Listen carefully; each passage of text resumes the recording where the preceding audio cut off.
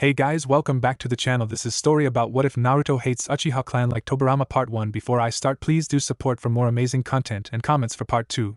Do consider to subscribe my channel and share my video to your friends and check out the description as well. Let's start the video. The Uchiha are a cursed clan, the white-haired man said solemnly, his red eyes skimming over the crowd of dark-haired shinobi as they gathered around what would be their future headquarters. He looked at his older brother who was an opposite reflection of him, ebony hair and tan skin, clad in shades of red. Tobirama, how many times do I have to look at them, brother?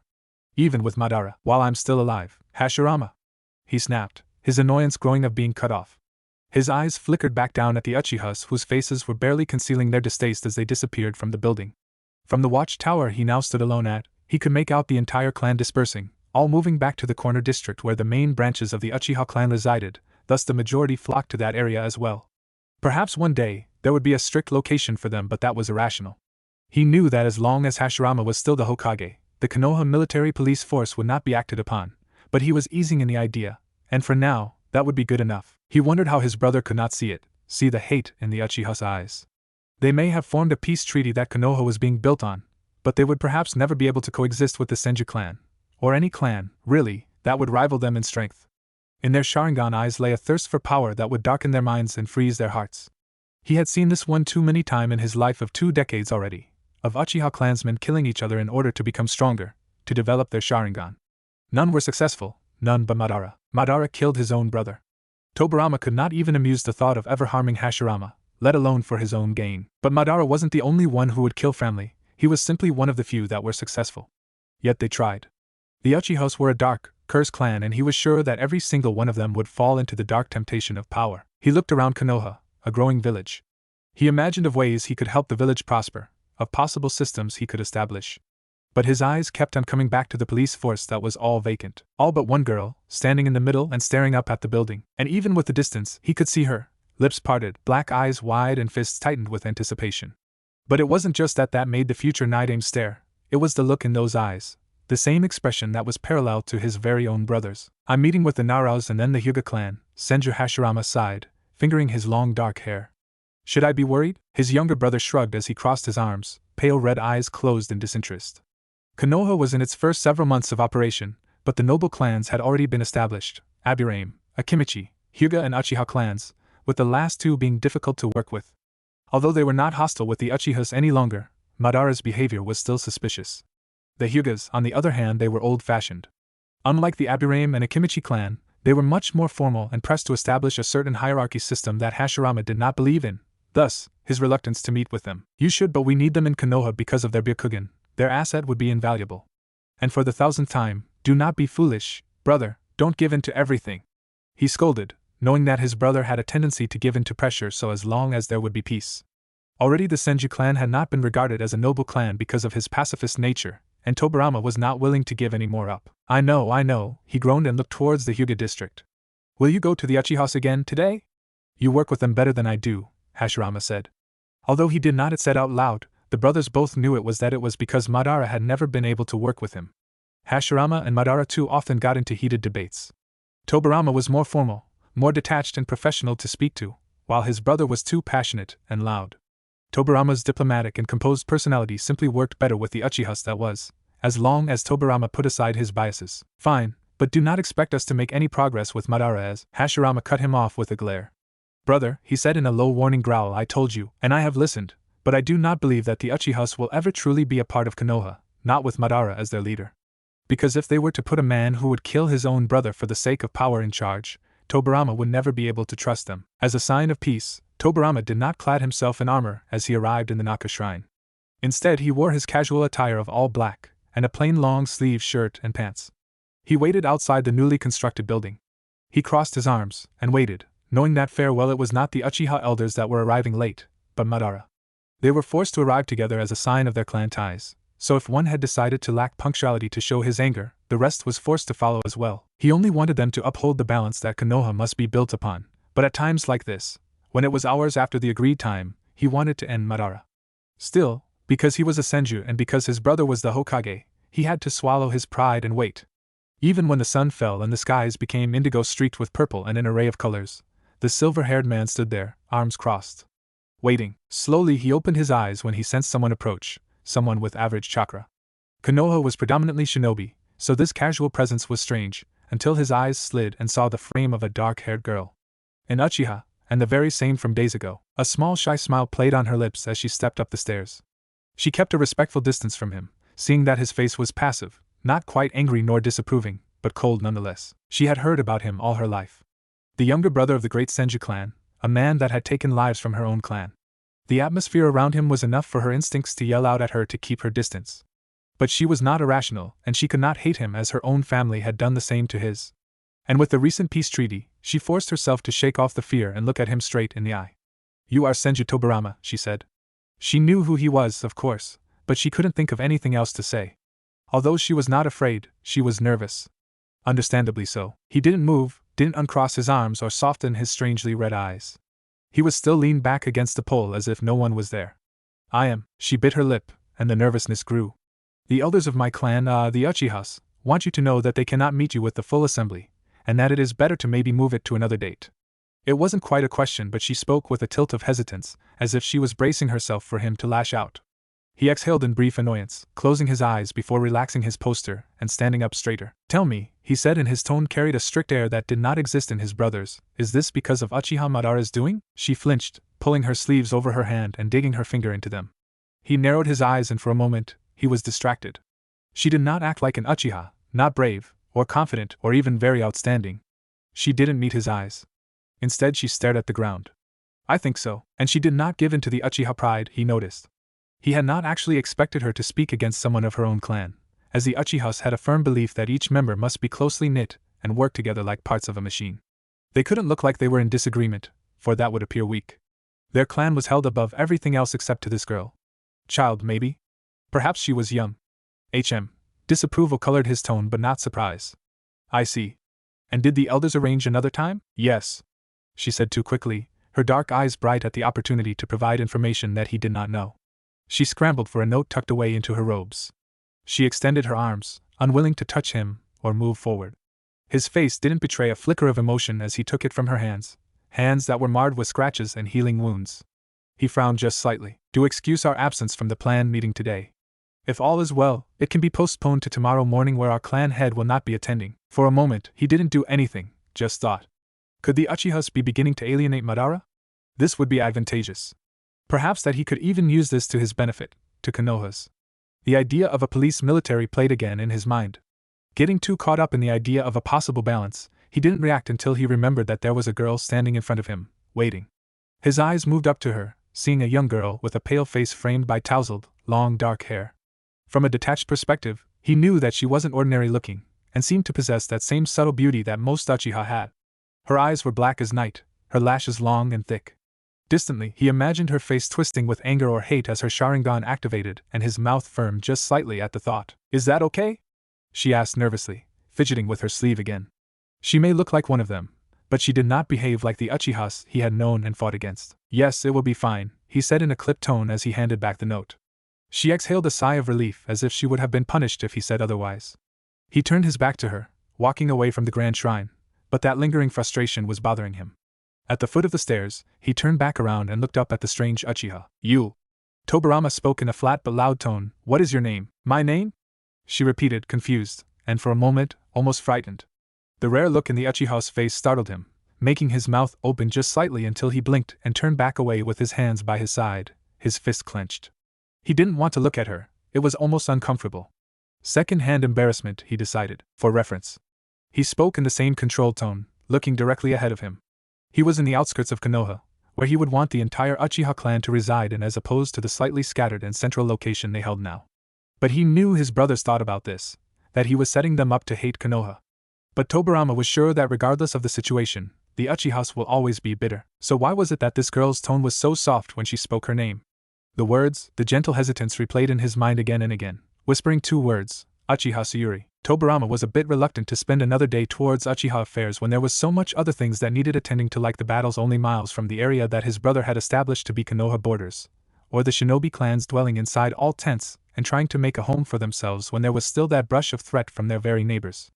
Konoha had not quite clicked as a village quite like Hashirama had planned. That was why all these meetings were necessary, to encourage communication. And it was why his brother had kicked him out of his bed to get up early to meet with the Uchihas. If there was one thing most people did not know about this man, it was that Tobirama was practically nocturnal whenever he had the chance. He didn't like spending too much time out in the day, evident in his fairer complexion compared to his brothers. Back at the Naka shrine, he found himself leaning against the crimson poles yet again as he waited. He only had the chance to cross his arms and close his eyes before, you're early. He expected her presence and recognized her chakra already, having detected it as soon as he had made contact to the pole he was lazily propped up against. Slowly opening his eyes, he kept his composure as Uchiha Sayuri flitted her way up the stairs. A smile was on her face, the same small, shy but nonetheless happy smile. Where are the elders? They'll be arriving shortly, she said as if she was hoping he would be proud of her. They sent me ahead to confirm that you arrived. Strange, girl. She still vaguely reminded him of his brother, but it didn't make sense. Was she not bred like an Uchiha, grown up in a clan of power-hungry shinobi and kunoichi who thought they were superior with their Kekkei Genkai? And the fact that they had sent her meant that she had a significant role in the clan, so she obviously wasn't a side member. But that idea evaporated as soon as they arrived. Sayuri! An old woman scolded. Her very presence demanded complete attention, obvious by the way she slammed her cane, that he suspected was more of a weapon than an aid, on the ground. Her black eyes shifted into the Sharingan as she glared at the younger girl. Sayuri's face paled. Go home, Sayuri. Now. Another man said before the older woman had a chance to say anything. Although the woman's eyes averted back into the normal black, it was a fearful sign enough that this old lady was able to activate a Kekkei Genkai at her age. Tobirama glanced behind her and recognized the man as Uchiha Hikaku, a notable fighter of their clan. Behind him were the other elders with the same half-horrified, half-exasperated expression on their faces, but Madara was nowhere in sight. Yes, Hikaku. Sayuri bowed a full 90 degrees before mumbling another apology to the older woman and scurried off. Tobirama simply blinked, surprised at the hostility and at the girl's timid nature. His eyes met the elder's solemn ones. Now, she said, and her voice was clear of any anger, as if threatening a child with the Sharingan was completely normal. Shall we start? For the next several hours, he sat there and listened to the Uchihas go on and on about a variety of topics. Of their status, of their share of missions, of the Sharingan, how to keep it within the clan, of course, of enemies, of their rights to secrecy. By the time they were done, he had missed both breakfast and lunch. He restlessly roamed the village, inspecting its progress. Hashirama had done well with building the structure, and the clans and shinobi that immigrated to the very first hidden village already had a roof over their head and necessities. Now all they needed was a system, but that was far ahead. He still had neighboring enemies to worry. War was still very real, even if the Senju clan's greatest enemy were now a comrade. Tobirama had always found solace near water, so even though he was famished, he went towards a clearing around the Naka River first. As soon as he took a step towards the forest where the river ran through, he sensed the very same company that was the same from this morning's. You, he called out, are you following me? Instead of an answer, her response was a cry as she jumped and dropped several things. Hey! She exclaimed as she fumbled to scavenge whatever it was that she had dropped. What are you doing sneaking up on people like that? He would hardly call it sneaking up, and although he had sensed her from several yards away, a good kunoichi would have been able to hear him arrive as well. But her face was flushed, and she looked genuinely surprised to see him. He relaxed a little bit. What are you doing here? Her mouth twitched and her eyebrows knit together. I live there, she said, and pointed to her left. He had forgotten that the Uchiha neighborhoods were located here. It was strange that with her clan ties, he had not even known of her existence until now, and here she was, popping up everywhere. With a sigh, he lowered himself to the ground, ignoring her presence as he removed his sandals and dipped his feet into the cool, rushing water. She made a face. I was here first. Well, my clan is the reason why you are here at all. Period. So you were, he simply said. He didn't want to hear any chatter after continuous hours of it. She opened her mouth and decided against it, sighing as she crossed her legs by the river, settling down once again. He closed his eyes, leaning back as he tried to forget about her and focus on the sounds of nature, of the flowing water, of the breeze in the air through the trees and little creatures, instead. Yet, it was strangely difficult for him to ignore her, and although he wanted to be alone, he didn't want to lose to the Uchiha in this childish but necessary territory dispute. When he opened his eyes, he slowly tilted his head to see that she was flipping a kunai over and under her fingers as she took a bite out of an apple. Her eyes moved to him, eyebrows raised curiously as she withdrew the apple. Something wrong? I'm fine. Her lips twitched, obviously trying to repressing a smile. You've been in that meeting for several hours and I know that food is not allowed in the shrine. Aren't you hungry? Weren't you supposed to leave? He countered, but his tone didn't even have a faint trace of interest nor scold, suspecting that she already had enough of that at home. Imagining the Uchiha neighborhood as warm and tolerating was beyond him, but he didn't feel the need to show her kindness either. His eyes were sleepily staring straight ahead, and his body was facing away from her. Still, she didn't seem to take the cues. Well, yes, but I was curious. He raised an eyebrow, but his eyes were still hazy. Have you not heard that curiosity kills the cat? Not killed. She paused. Slapped, shouted at and starved, but not killed. She took another huge chunk out of the apple as he openly stared, his eyes narrowed. He couldn't tell if she was joking or not, but knowing her clan, she probably wasn't. For a fifth of a second, his eyes scanned down her face for signs of abuse, and he saw it in the shadows beneath her eyes, in the slightest shake of her hand, and of course, in those bandages that she seemed to wear for injury instead of support. But this girl, Sayuri, seemed normal. She twisted to dig in the basket behind her and returned with a box of incredibly ripe, crimson strawberries. She popped up the lid and set it on the ground between them in a silent offering. His eyes flickered down at it before back at her black eyes. Is that supposed to be for me? Was she trying to poison him? He wouldn't put it past an Uchiha. It's not poisoned, if that's what you think. No proof. I'm just trying to be friendly. To me? He couldn't help but ask, although it came out more like a statement. Even though the wars were behind him, he couldn't count the amount of Uchihas he had killed or captured in his entire life with all his fingers or even toes. It was still too soon to be on friendly terms. She was looking at him strangely. I didn't know that Senju Tobirama asked so many questions, she murmured to herself, and then blinked as if she realized she had spoken out loud. Her eyes widened and she turned back to him slightly frantic, as if she was trying to put that moment behind her. We're on the same team now, aren't we? He didn't respond for a moment, his face guarded of any emotions as he drew his legs closer to him. Not quite. At this, she turned to him noisily, the clothing she wore rustling as she moved. Shinobi clothing, he realized. Fitted clothing bearing little skin meant to protect and allow movement, with a slightly darker sash tied around her waist in signature black and indigo. So she was a kunoichi. He looked at her eyes, wondering if she unlocked the Sharingan yet, but instead, he found himself staring right into wide black eyes. We're both a part of Konoha, no? She asked with a frown, suddenly not bothered with the direct eye contact. He didn't say that she was an Uchiha, nor did he say that the title also came along with harsh assumptions, strict discipline and high standards. He didn't say that at all. In fact, he didn't say anything, and catching the cue, a crease formed on her forehead as she left him. It wasn't until she was gone that he realized that he didn't feel quite alone, as he did lonely. But that was why he had the village, after all. Tobirama, she said out loud now that she was a safe distance away. It took all her courage to speak the name of such a powerful shinobi.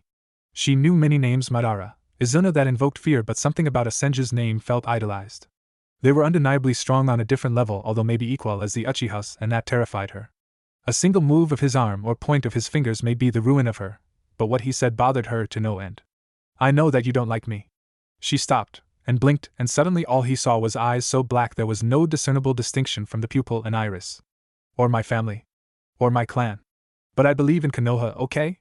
So what could she say that wouldn't offend him? So get over it. Probably not the best choice of words, but she blanked out as soon as his strange, almost red pupilless eyes turned to her. And then she disappeared, running off before this man probably drowned her to death. But instead, he lazily slouched back towards the rush of water, letting out an exaggerated exhale as he fought down the strangest tug at his mouth. Was this supposed to be a ceremony? Tobirama asked, turning his head to talk to his brother. He didn't mind the crowd that had grown too badly, but it was unexpected, and that he didn't like. He, his brother and his wife along with selected, reputable shinobi had been invited to the outskirts of Konoha to test a chakra-fed tree, a creation of the Nara clan, but soon, curious groups had stopped by and all stared, waiting noisily. I thought this test was only told to those with strong nature transformations. The more, the merrier. Hashirama exclaimed and knocked on the tree. So, this was what you wanted to show me, Shikaji? Yep, the man said. He had a bored expression as he rocked back onto his heel, but his eyes were dark and intelligent. He was the head of the Nara clan, a family that, although did not become a part of the noble clans, very well deserved to be. With their strategic help, their medicines, and the feared shadow manipulation technique, he was a man that Hashirama respected completely. This is it. The end result is a material highly sensitive to chakra, which can be used as a sensory type for nature transformation affinities. Interesting, Hashirama murmured. His eyes scanned the crowd. Well, brother, let's begin. Tobirama took a step up, but as his feet touched the ground, his head snapped up immediately. Even with the blur of light as it moved around, he saw a dark-haired girl, whispering to who he immediately knew as Uchiha Hikaku. It was the girl, Sayuri. His expression dulled slightly, but he didn't let his eyes linger on the two, Before he even thought, he called out, Uchiha Hikaku. The brown-haired man looked up, scorn in his eyes, but Tobirama ignored this with a light tone. Come here. You have a natural fire affinity, don't you? Hikaku frowned but saw nothing wrong with his assumption. He stepped away from his student, and the crowd separated. What do I have to do? Hashirama's eyes practically gleamed with excitement that his brother, approached an Uchiha on friendly terms. Fantastic. Now, he waved over at his red-haired wife, come Mito. And he looked over the crowd. Hatake Ginzu. So explain to us how this will work, will you, Shikaji? Of course, the new Hokage's interest in this was understandable, but Sayuri had never seen a man act like this before. A smile played on her lips as she inched forward, watching. Nara Shikaji produced several thin sheets of paper between his fingers. Well, from the information we gathered, each affinity would produce a different reaction. Let me explain it first to save the hassle of you thinking I lied later, he said, and although he offered to talk more, she could tell by his tone that he didn't really want to. Something about that made her smile. Fire would cause the paper to ignite and turn to ashes, wind will split it, lightning will cause it to wrinkle, earth would make it turn into dirt, and water should dampen it. He scratched his head and sighed again. And since would release as a Kekei Genkai, I can't really say too much about that. Hashirama seemed pleased nonetheless. This is going to be spectacular, don't you worry, Tobirama. I wasn't, the younger brother replied as he took the paper. And as Shikaji suspected, his became wet and sagged down his finger. He looked at his brother's, whose sheet turned into a shade of brown. Around him, Hikaku's paper now withered away, one half of Mito's was flying away as she laughed freely, and Ginza had one in each hand, one wrinkled, one turning into dirt. Tobirama crumpled up the sogged paper in his hands, impressed. Good job, Shikaji. More than good, incredible. Suddenly everyone was closing in on the Naro shinobi, asking for paper to find out their elements as well. His brother spoke several words to those that aided the little test, and soon, they all dispersed. Tobirama didn't move, waiting until Ginza disappeared with a nod before he began leaving the site, flooded with curious shinobi and children even. It wasn't until his eyes skimmed through the crowd and picked out the dark-haired girl that he stopped. She was staring down at her hand with the most mystified expression. Running down her fingers were water, the paper soaked as it clung onto her palm. Sensing someone looking at her, she first glanced up, but not at him. Instead, her dark eyes met her fellow clan members before it dropped to the ground guiltily as she broke away from the crowd, stumbling out further into the forest. Tobirama wasn't sure why, but he followed her. Sayuri. He had a voice of a leader, of someone with control, and her head snapped up immediately. She looked the other way before locating the sound of his position, and there was a nervous flicker in her eyes before she exhaled loudly. Oh, she said with a hand on her chest and eyes closed, it's just you. Who else would it be? He put aside greetings, instead glancing at her paper. Following his line of sight, her eyes fell upon her hand and she quickly snatched it shut, moving her arm behind her as if he hadn't seen it. You seem surprised. She was staring at him for a long moment, as if weighing whether or not to say anything. And then she sighed, relaxing slightly as she drew back her arm in front of her. There was no point in hiding, he wasn't an Uchiha after all. He shouldn't be appalled that her chakra geared closer to water transformation techniques than fire ones. I am, so am I. Okay, so he was surprised. Her mouth twitched. Odd for an Uchiha. This time, she winced. Why do you say it like that? Like an insult? He didn't answer, his eyes wandering, and so she continued. And I know it's odd, but I wish I knew this earlier. It would save a lot of hard work. If only she had known about water affinity, she would have focused on it first. Once she learned to transform her chakra into that, then she would have an idea how to go at it with fire. Hard work? 2 years of it. 2 years, he repeated. That explains some things, but not many. Tobirama. They both turned, seeing a tall, tan, kind-faced man with long dark hair pulled back. I thought you left too. What are you doing here? You have a minor assignment. Hashirama stared and stopped noticeably. Awkwardly noticeably. My brother is talking to a woman. He is talking to a woman that is an Uchiha. He is talking to a woman that is an Uchiha with a water affinity. The older brother thrust out an arm and a booming laugh. Look at that. My name is Hashir. I know who you are, Lord Hokage. Sayuri said, and although her voice was slightly quiet, there was genuine affection in it. Her eyes practically glowed in a way so similar to his that Tobirama found it eerie. It's an honor to meet you, Lord Hokage. I like the sound of that. She had never expected for the man secretly feared by her clan to be so happy.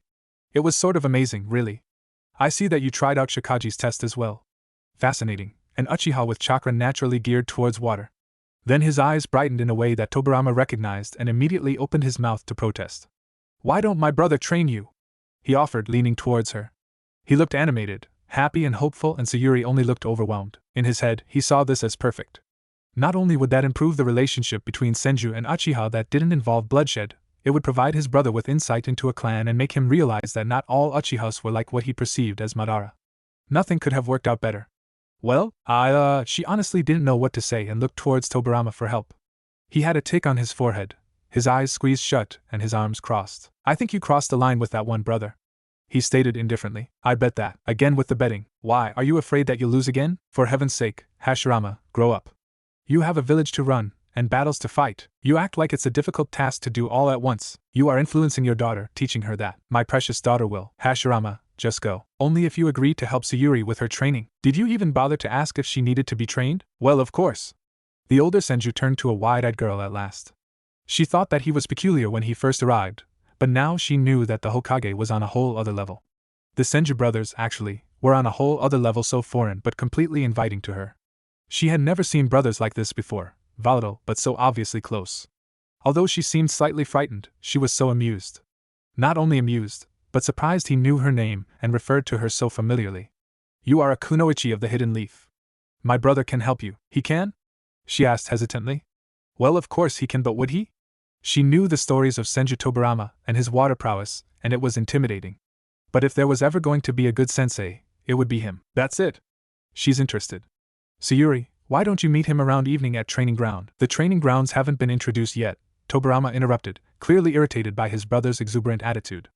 Hashirama seemed to settle down now that he knew that things were going exactly as planned. I suppose you're right. Then Tobirama, pick up Sayuri at the Naka Shrine, will you? Hashirama, Hokage, can't talk now. A village to run and battles to fight. It was a pleasure meeting you, Sayuri. Perhaps one day we can train together. I'll see you later, brother. And then he was gone. Tobirama's eyes landed upon a very, very surprised girl who was trying to absorb everything that had happened and failed miserably. Thoughts scattered, she opened her mouth to apologize, but he closed his eyes and raised a hand up. Don't say anything. His voice was deadly still, his gaze steady. He took a deep breath, his thumb and index lightly over the bridge of his nose before he dropped his hands and looked back up at her. This will be forgotten by tomorrow. I will see you tonight, and then never again. Even when the Senju brothers left, she couldn't stop staring up at the tree. A warm hand on her shoulder made her tilt her head, and then she was looking at the brown-haired man that had been an idol of sorts to her. Hey, Hikaku. Sayuri greeted, although her heart wasn't in her dull tone. Now, without the elders watching down on her, she was much more casual. Just what exactly are you playing at? She looked at him, surprised by the sharpness in his tone. Although they weren't best friends, she always thought he was fine with her, like an apprentice of sort. A pity one, but one nonetheless. Living in the Uchiha stronghold, hidden away in the corners of forests, caused her to be either completely alone or provided opportunities to run into interesting people that went beyond the level of regular training within the compounds. Hikaku was one of the ones who ventured out not to escape the clan like her, but to have a wider premise to train. What do you mean? Her hand clenched into a tight fist, not of anger, instead, to hide the shaking in them. If Hikaku wasn't an ally to her, the Uchiha clan would only be that more harsh, bringing a new level of unbearable. At least with Hikaku's say in clan affairs, he could smooth over any of her mishaps, but you, with the Senjus. Suddenly he took her hands, flipping them over so that he was looking at her palm, a calloused hand, unladylike. Although her fingers were still long and thin, bubbles and blisters formed at the base of each finger, and healing scars. He winced. He knew the story of Uchiha Sayuri, of course. Almost everybody did. She was the only girl of the Uchiha clan in the past several generations to unlock the Sharingan. It was speculated that it took some sort of emotional trauma to gain access to the Kekkei Genkai, but women tended to always be volatile and emotional, therefore it took more trauma than it would a man to truly snap her mind. But Sayuri's mind had broken the moment that her father died in front of her, a casualty of missions, nothing too disturbing, but she was 4 when it happened, and she had ran out of her home, expecting to see her father and other shinobi returning. Hikaku had been a part of the squad sent out to steal the scrolls, and he had seen the way Ryohei grinned at his daughter, the way he opened his arms to her, only for it to be too late for Hikaku to shout when a shinobi had followed them home, struck down Ryohei when he was vulnerable and exposed immediately.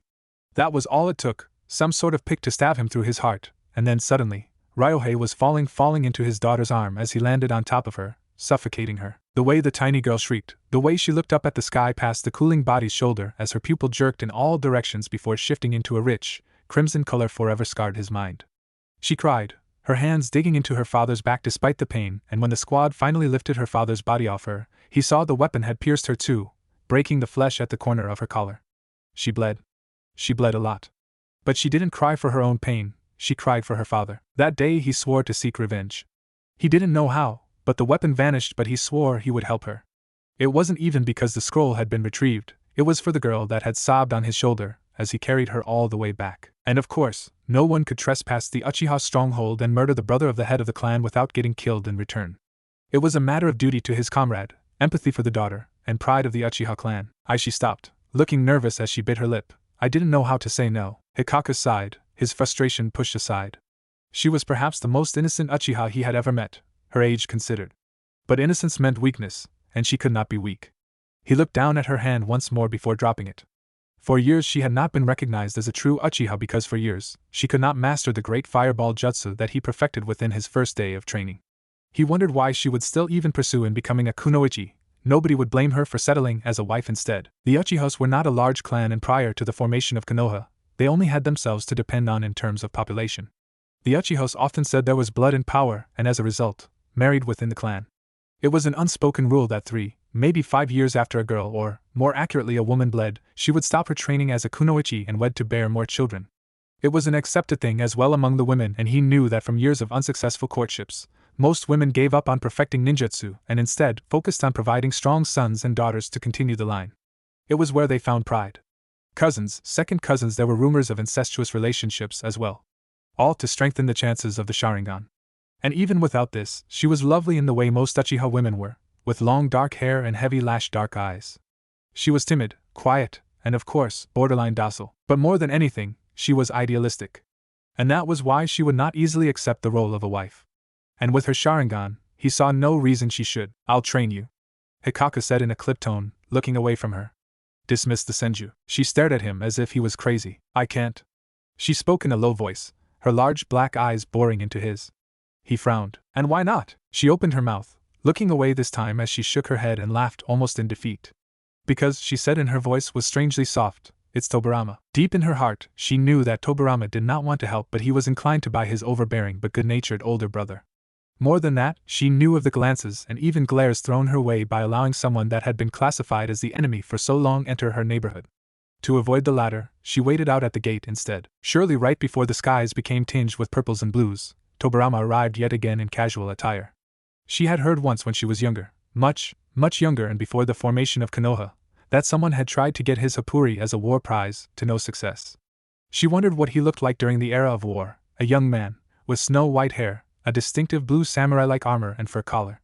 And he was still young, barely reaching his prime years, and yet he was above so many others in skill.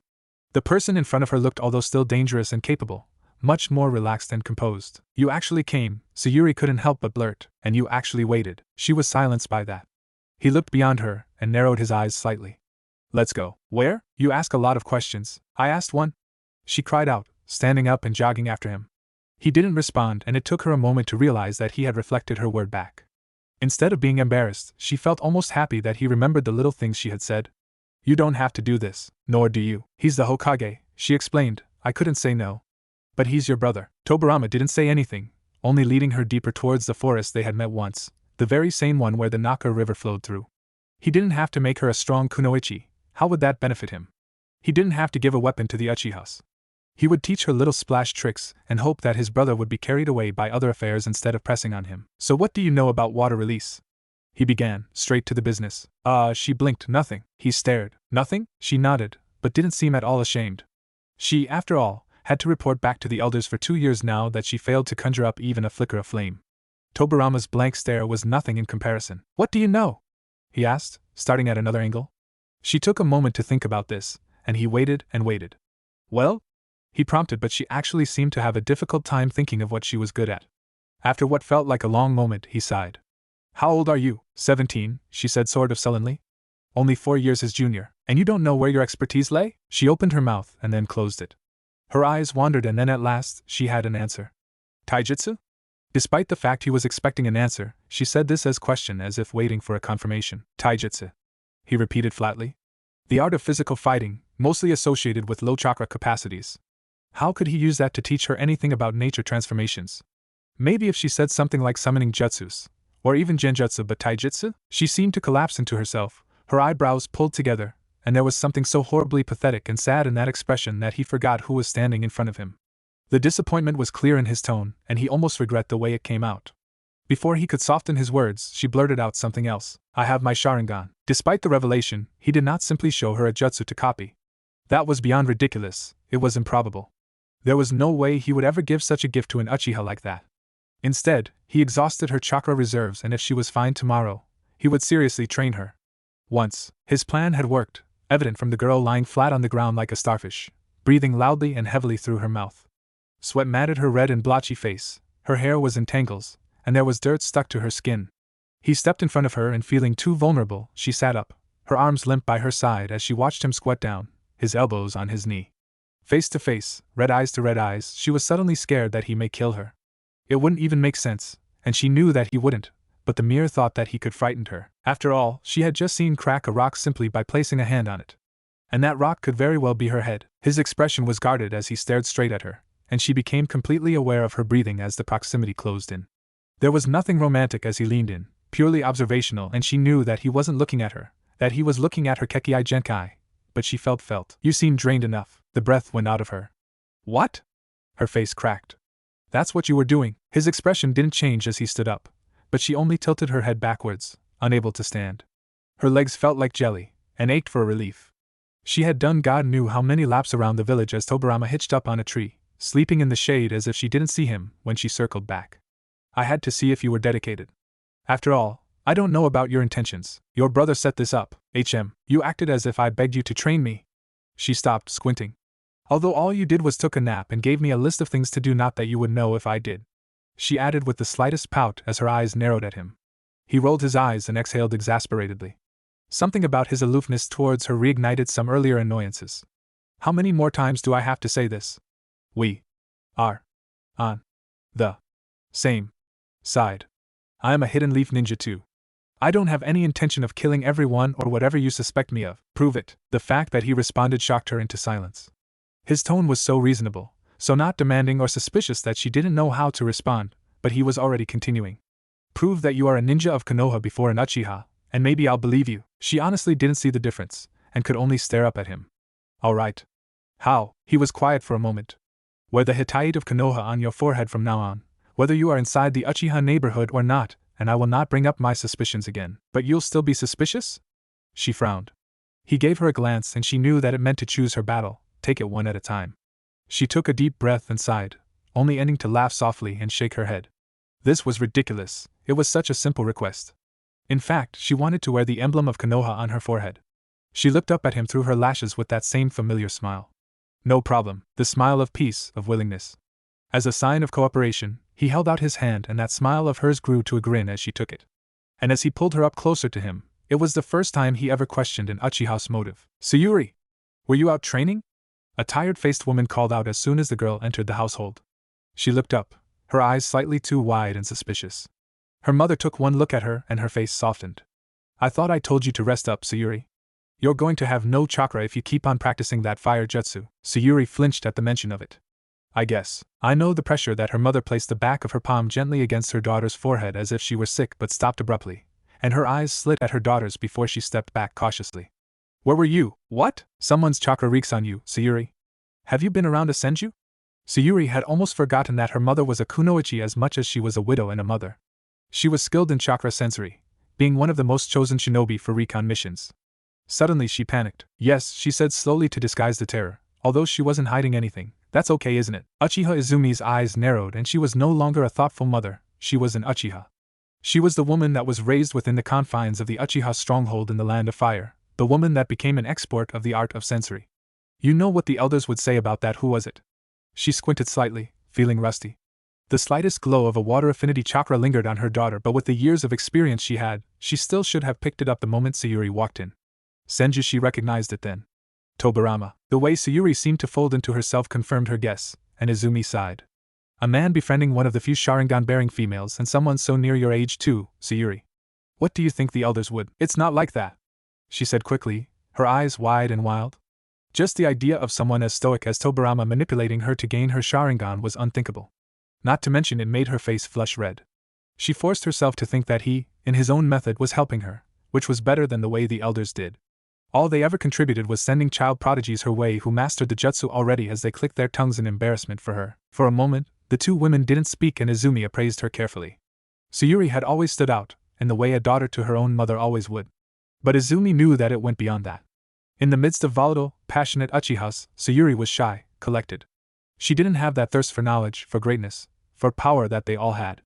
Izumi herself had that longing for a legendary shinobi life, to define herself as a great kunoichi. It was a thirst quenched, and a thirst subdued when the Uchiha custom of bearing children outweighed the desire of strength of a woman. But Izumi did not regret putting the years of her prime in the past. Being a mother was a great joy, and having a child of someone to love filled the greed of power.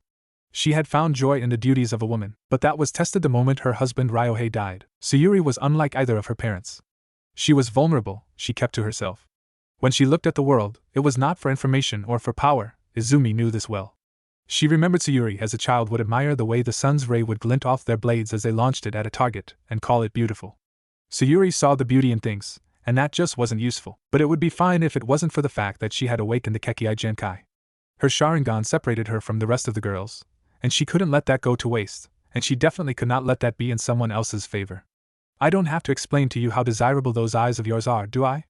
Izumi questioned as she raised her hand to gesture towards her daughter's eyes. And of course, Sayuri looked down immediately. I know, she said softly, I know. She didn't know what she was expecting, but a metal-plated bandana being thrown straight into her face did not come close.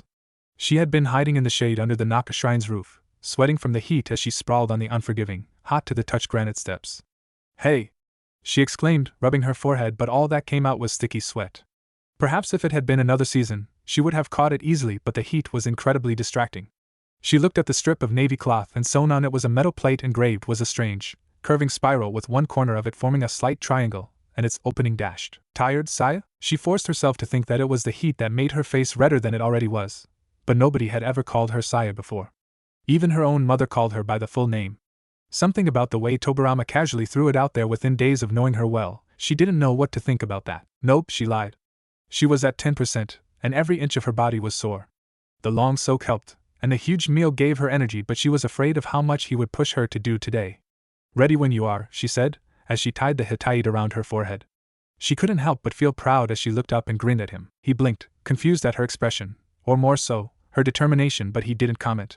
He nodded towards the river, and she got up, without his help, or an offer of it, and followed behind him soundlessly, yet somehow, he just knew she was smiling. He stopped in front of the river, and looked over his shoulder.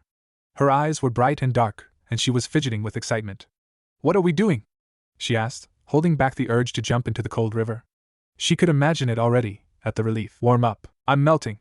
She protested, but he held up a hand to her, and she instinctively flinched, bracing herself for some sort of attack, and slowly looked through her fingers to see a dryly amused expression on his face. And a smile. The slightest hint of a smile from him calmed her down, letting her know that she was to live another day. Why would I need to warm up anyway? Your body is only as strong as your mind will allow it. She glared at him, but she knew that he wasn't going to give in. In the short time she knew him, she knew that he had this superiority complex, as if he only spoke the truth, and granted most of the time he was right, everything, so far, but he was bound to be wrong eventually, right? It still wasn't rational, given the situation. Like now. Running when it was even too hot for animals to be out was torture, but there was no use in arguing. She didn't object again, sighing as she got down to undo the straps on her sandals and placed them beneath the shade of a tree. He didn't comment, scouting out a place that provided both cover and proximity to the water. He didn't look at her as he said, only one lap, and then we begin. She could cry of happiness right there. Only one. She saluted him before she was off. And it was torture, and the more distance she covered, the more clothing she shed. By the time she was within a mile from the training ground, she could feel the sun on her bare back and neck, on her legs and arms. Sweat ran down her face like tears, irritating her eyes. It was not by physical exhaustion her body handled much more intense training, but the heat that caused her to perspire so suddenly. Less than 10 minutes later, she was panting as she closed in on him. Were you assaulted on your way back? He asked, and there was that same lightly entertained tone in his voice. She glared at him. It's hot. Was her only excuse. You're going to get a sunburn. No, I won't. I think I know what I'm talking about, Sayuri. You will. She looked at this man with an equally fair complexion, hidden in the darkness of the trees, and just knew that he was right, but she didn't want to give in. Can we just start? She asked, changing the topic. He shrugged. Whatever you say. Let her burn then. She couldn't say that he didn't try. Lesson number 1, Chakra Control. Nature transformation is simply an advanced form of it, involving the molding and defining your chakra and altering its properties to an element type. She stared at him. Okay, do you understand what I'm saying? He asked as if she was slow-minded. Yes, I do. So, he held up one hand. Do it. She was already walking on the river, although she looked like she'd rather plunge into the water. She looked up at him hesitantly and said a childish, see? He shook his head disapprovingly. Too simple. Her face dropped, and she allowed her legs to collapse beneath her, but she was still sitting upon the water cross-legged as if it was a solid surface. He gave her credit for that, but he supposed that there were many kunoichi who were able to do the same thing, and this wasn't a large feat to be cherished. Okay, she said in a defeated tone. What do you want me to do? I was getting there, he said, trying not to roll his eyes, until you interrupted me. She simply smiled patiently, waiting. It was behavior so unlike her lineage that he stared at her for a moment too long before continuing. What I want you, Sayuri. She shot up. Suddenly that easy smile was gone, replaced with a nervous, wide-eyed gaze. Mother, mother? He turned around and saw a woman with a face that may have once resembled Saya's, but clearly the weariness of life had left its impact. They shared the same inky black hair with equally dark eyes to match, but there were lines around the woman's face, and she didn't have a perpetual smile or a childish curiosity on her face. This was a face of a kunoichi who had seen her fair share of trouble. But in a purely objective perspective, he saw the loveliness they once shared. Not a shred of imperfection, straight, angled noses, mouth not too wide or too small, fairly large eyes and a symmetrical face, which all the Uchihas shared. He wondered how the clan shared so much likenesses while the Senjus were all opposites of each other. He also recognized those eyes before. She had been a spy. She had infiltrated a Senju stronghold once before and aided on a mission that killed several of his men. Consciously, he reminded himself that they were not enemies anymore. It's hot outside, Sayuri. What are you doing here? There was a scold in her voice, but it was masked by genuine, motherly worry. Tobirama could not help but compare the woman, perhaps in her late 20s at the time, breaking into one of the bases and slicing the throat of his men as he young, but skilled chased after her, only for her to disappear after scarring the Uchiha's signature across a wall with her fire. Those were darker times. I'm training her. Tobirama stepped up to say, keeping a cool gaze at the lady. He was taller than her now, but only by 1 or 2 inches, unlike Saya who was barely up to his chin. I hope that is fine with you. He wondered if she remembered a white-haired child that took down one of her teammates in exchange for the 2 she had killed. Her eyes didn't change, and he suspected she ran into plenty of children in her days before. He took a step closer to her, holding out his hand professionally. My name is Senju. I know who you are, she said abruptly, but shook his hand nonetheless, not missing his frown. Her sudden appearance distracted him from the fact that he had not noticed her coming earlier. Sensory types were usually on recon mission, and it seemed as though she was equally skilled in efficiently concealing her chakra. I suppose it's rain or shine, she muttered, and then cast a glance over towards her daughter who looked frozen in spot on the river. Would you mind if I watch? From a murderer to a mother. Tobirama kept his face straight. Mom! Saya complained, sounding every bit of the 17 years of age as she was. Tobirama raised an eyebrow, but didn't object. He nodded towards a shade, gesturing for her to sit, but she did not smile. She watched him carefully, but not the same way a person would towards an enemy, but a mother looking out for a child.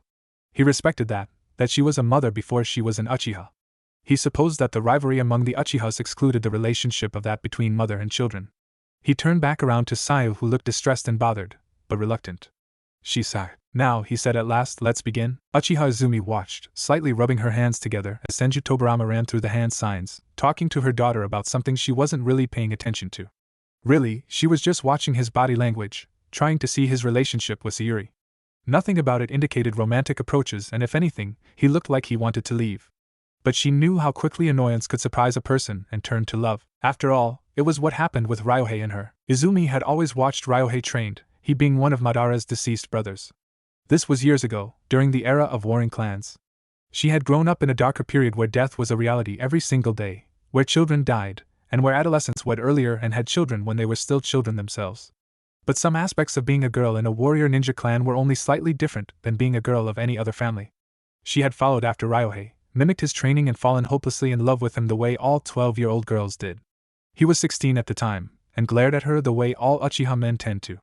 But fate had been on her side, and they kept on meeting again and again until Ryohei slowly softening towards her. Next thing they knew, she was pregnant with Sayuri, and then he was dead. She closed her eyes for a brief moment, taking a deep breath. She ignored the heat, listening to the sound of her daughter's laughter as she moved the water with her hands instead of with her chakra. She heard Tobirama mutter something on the lines of ungrateful child and a threat to leave, but then Sayuri's ever girlish, ringing laughter surrounded the little clearing once again, and she heard him sigh. Yes, that sigh. A sigh of tolerance. She opened her eyes again, revealing her eyes, and although she was cursed of that woman's difficulty to unlock her Kekkei Genkai, she had trained so hard that she became one of the most renowned censors, even among the Uchiha clan. She saw her daughter's chakra mold, and there it was, water transformation. So Sayuri could perform that, but not fire. She should have been expecting this, she really should have. But she was too shocked to say anything, too shocked to even smile as she saw her daughter perform a weaker version of water release technique directly at Tobirama, who was staring at her with a dangerous expression, but he was soaked in the water and Sayuri's laugh only became louder. A smile pulled on Izumi's lips, yet it faded as soon as it appeared. No, Senju Tobirama did not plan on seducing his daughter, she concluded, but he may find himself on the path of falling in love with her, the way Ryohei had. And chances were, history would repeat itself and Tobirama would die and leave her behind in this unfair world. After Izumi excused herself, it was just the two of them left, and then, one. Wait! Sayuri called out, "Where are you going?" "I've done my part," Tobirama simply said without turning around. "Now I'm leaving." Just like that, he stopped, hearing her disappointed tone. He slowly faced her, his strange ruby-colored eyes narrowed. He didn't like being confused, but he couldn't understand why she sounded like that. "Yes, like that. What was it that you were expecting?" She opened her mouth and then closed it after a thought. Although her lips pressed in a tight smile, she waved at him before she said, "Never mind," and disappeared up in the trees. But he still stood there moments afterwards, unable to figure out that strange tone of hers. He wondered. Did Sai want him to stay with her? Izumi, the Uchiha woman, looked up at the elder and bowed her head respectfully. "Lady Kyoko," she said, careful to add the sama as she met the older woman's gaze. "What can I do for you this evening? I understand that you have just returned after observing the Senju and your daughter train?" she inquired, hesitating at the word train. Izumi knew right away that Kyoko disapproved and thought little of this training excuse. She wasn't quite sure what the woman interpreted it to be, but it was not a positive one. "Yes, there is nothing wrong with that, is it?" she asked, and despite the levels of power within the clan, Izumi maintained spite in her tone, and the narrow of her eyes made it clear that any indications of Kyoko taking control over her daughter's time with the Senju would go to waste. She didn't want her daughter growing up more oppressed than she already had been. "No, not at all," Kyoko said lightly, "but perhaps there are better ways to spend her time." "And what are you suggesting?" Kyoko walked ahead of her, but her voice demanded Izumi's attention.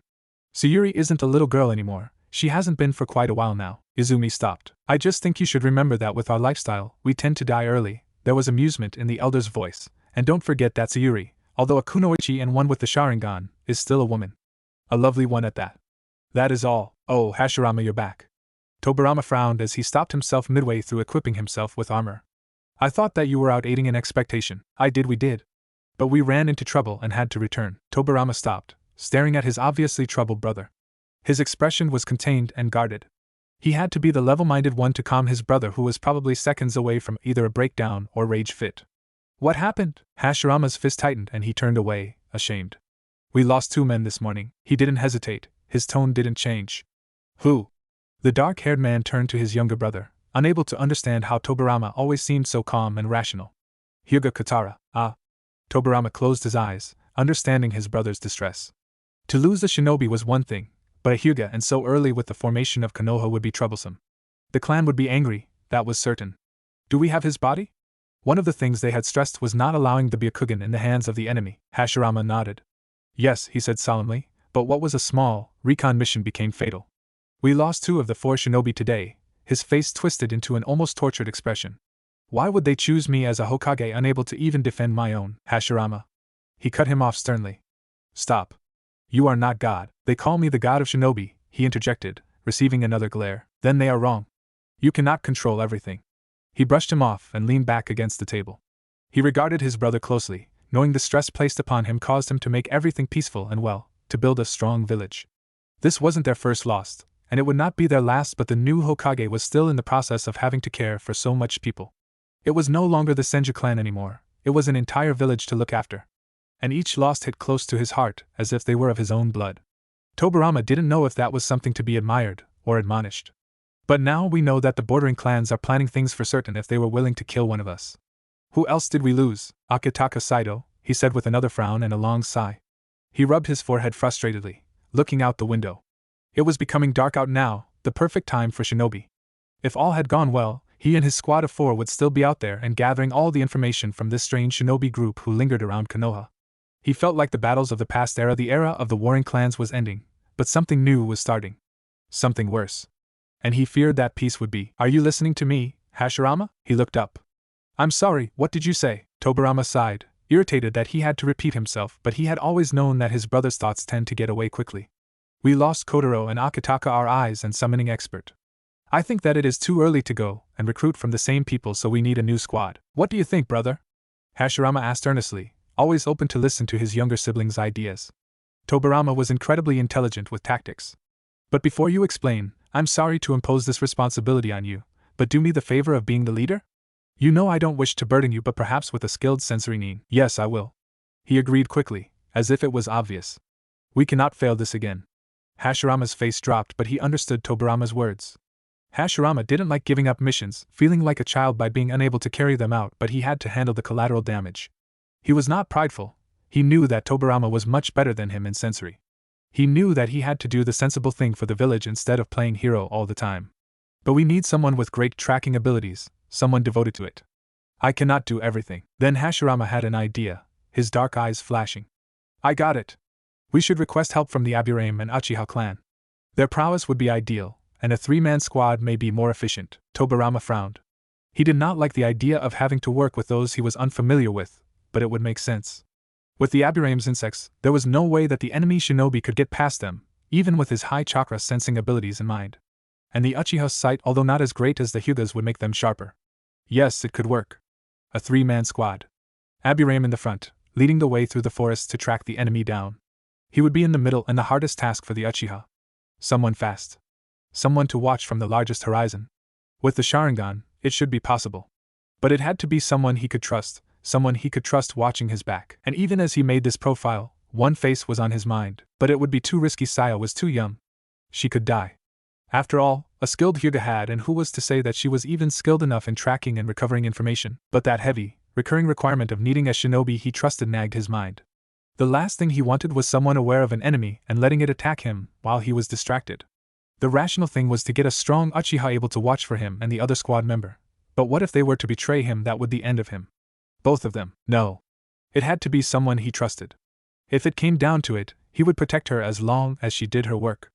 I have an idea of the squad. I'll be leaving then. He was almost out the door by the time Hashirama's hand clamped down on his shoulders, his eyes worried.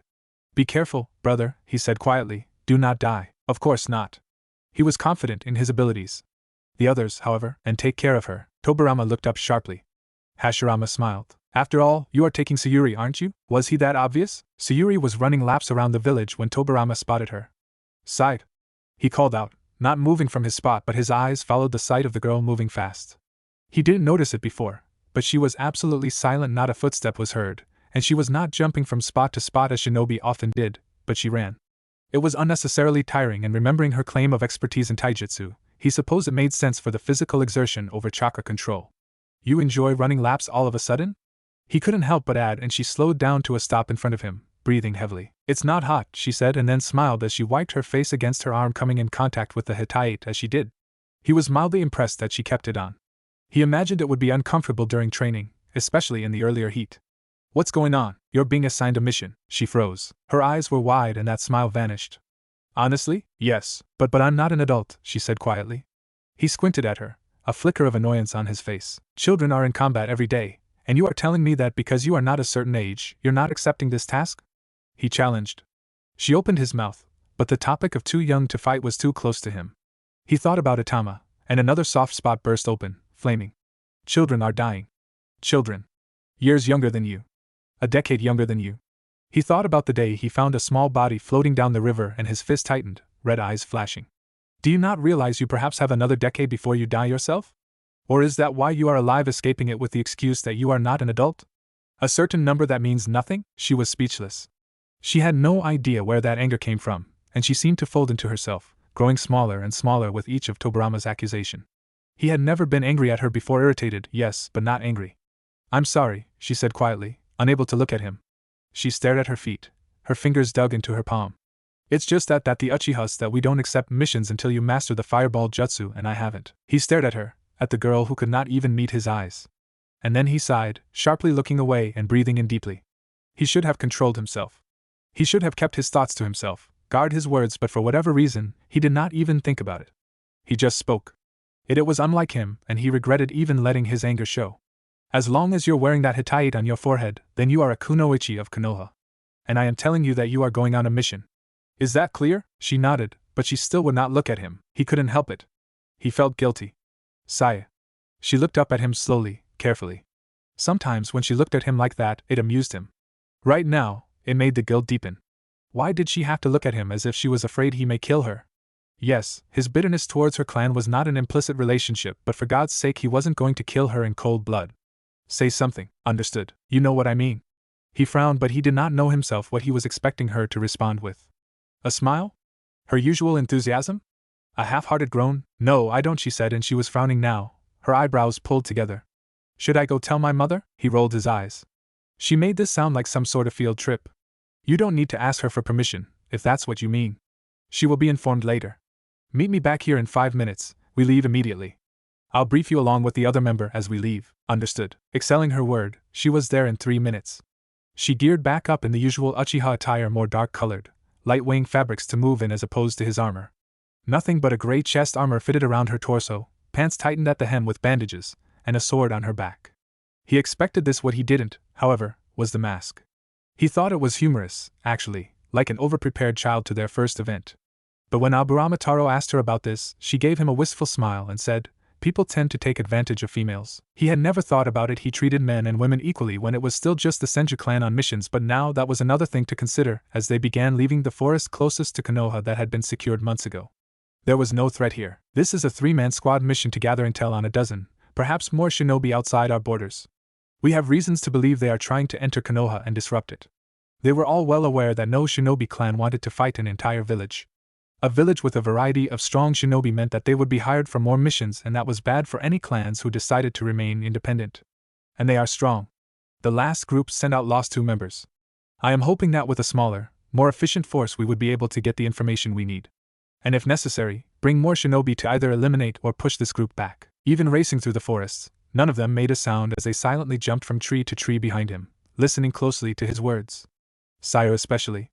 Tobirama continued with that same, calm voice. As soon as we're within 10 miles of the borders, Taro, go in front and take a quarter-mile lead. Spread out your insects and scout the area above. Sayo, you will be in the middle. After an earlier thought, he decided to give the girl a safer but still important role. Watch from the sides and keep an eye ahead of you. I will be in the back. Understood, they both said at once, but Tobirama began to hate the way a certain girl had said it. They started positioning themselves accordingly. And as they reached the mile mark, the formation was established, and they were in full stealth mode. Tobirama glanced at Saya's back as she soundlessly moved from tree to tree, in a speed much faster than he thought she would have. Sometimes he forgot that there was Uchiha blood in this timid girl. Something feels strange, she whispered, her eyes a glowing, hypnotic red. He had always tried to avoid staring at an Uchiha directly at their eyes to prevent any genjutsu, but the way they transformed her face was hard to ignore. It was as if all attention was redirected to those crimson eyes, 3 tomos so clearly black and defined.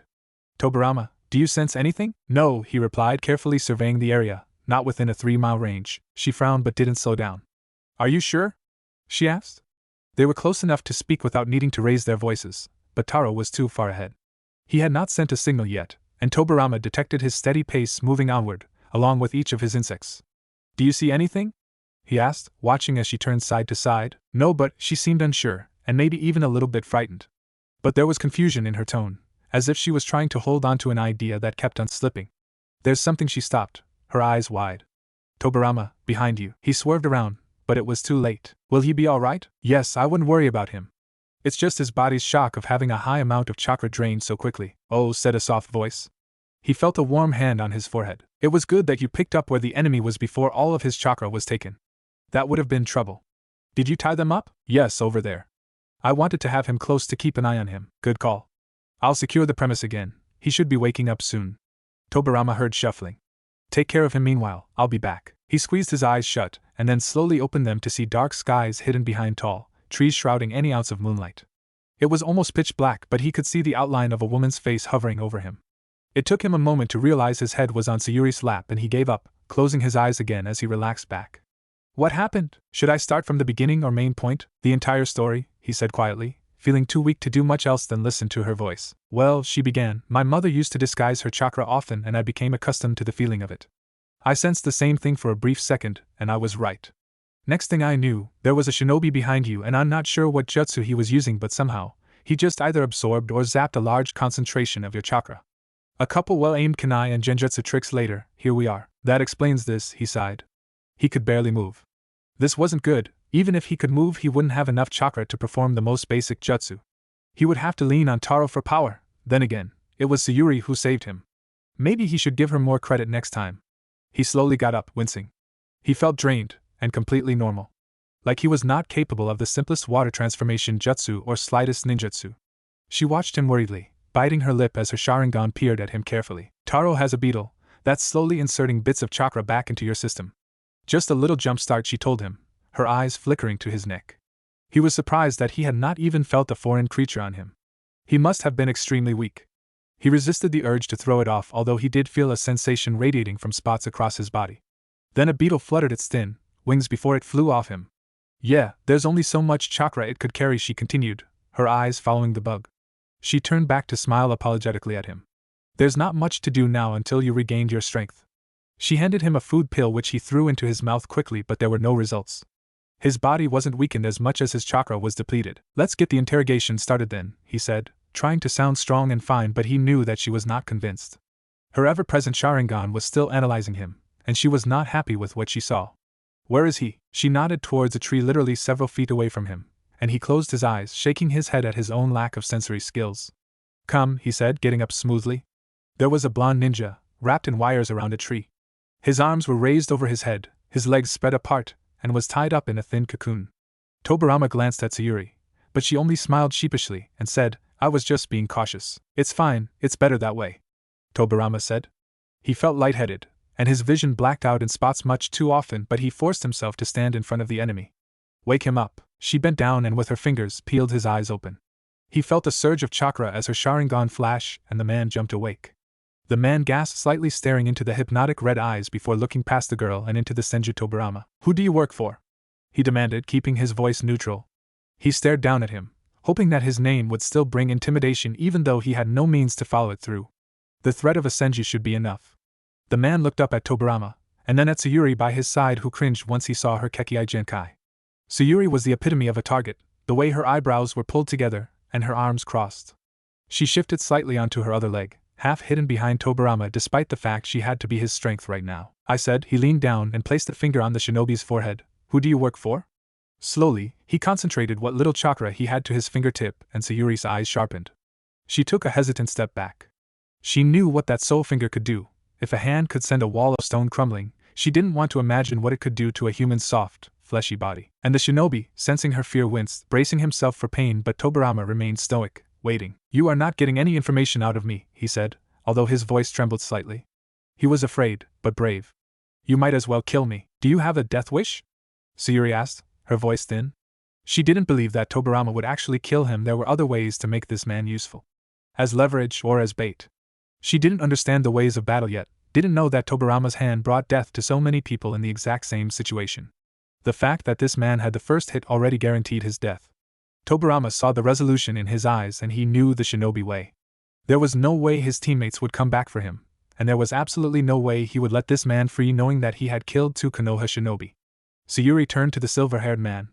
Let's wait until Taro returns to decide what. But before she could propose anything, Tobirama used the stored-up chakra he had and focused it to his entire palm, covering the shinobi's wide-eyed face with it, and let it explode from his hand, smashing his skull with the slightest tightening of his fingers. Sayuri stared. There was a man, in front of her, in her wires, in front of Tobirama, but his head was, and then she collapsed. Again? I should have warned her, but I have enough respect for the shinobi to not make him anticipate death. It was the sensible thing to do.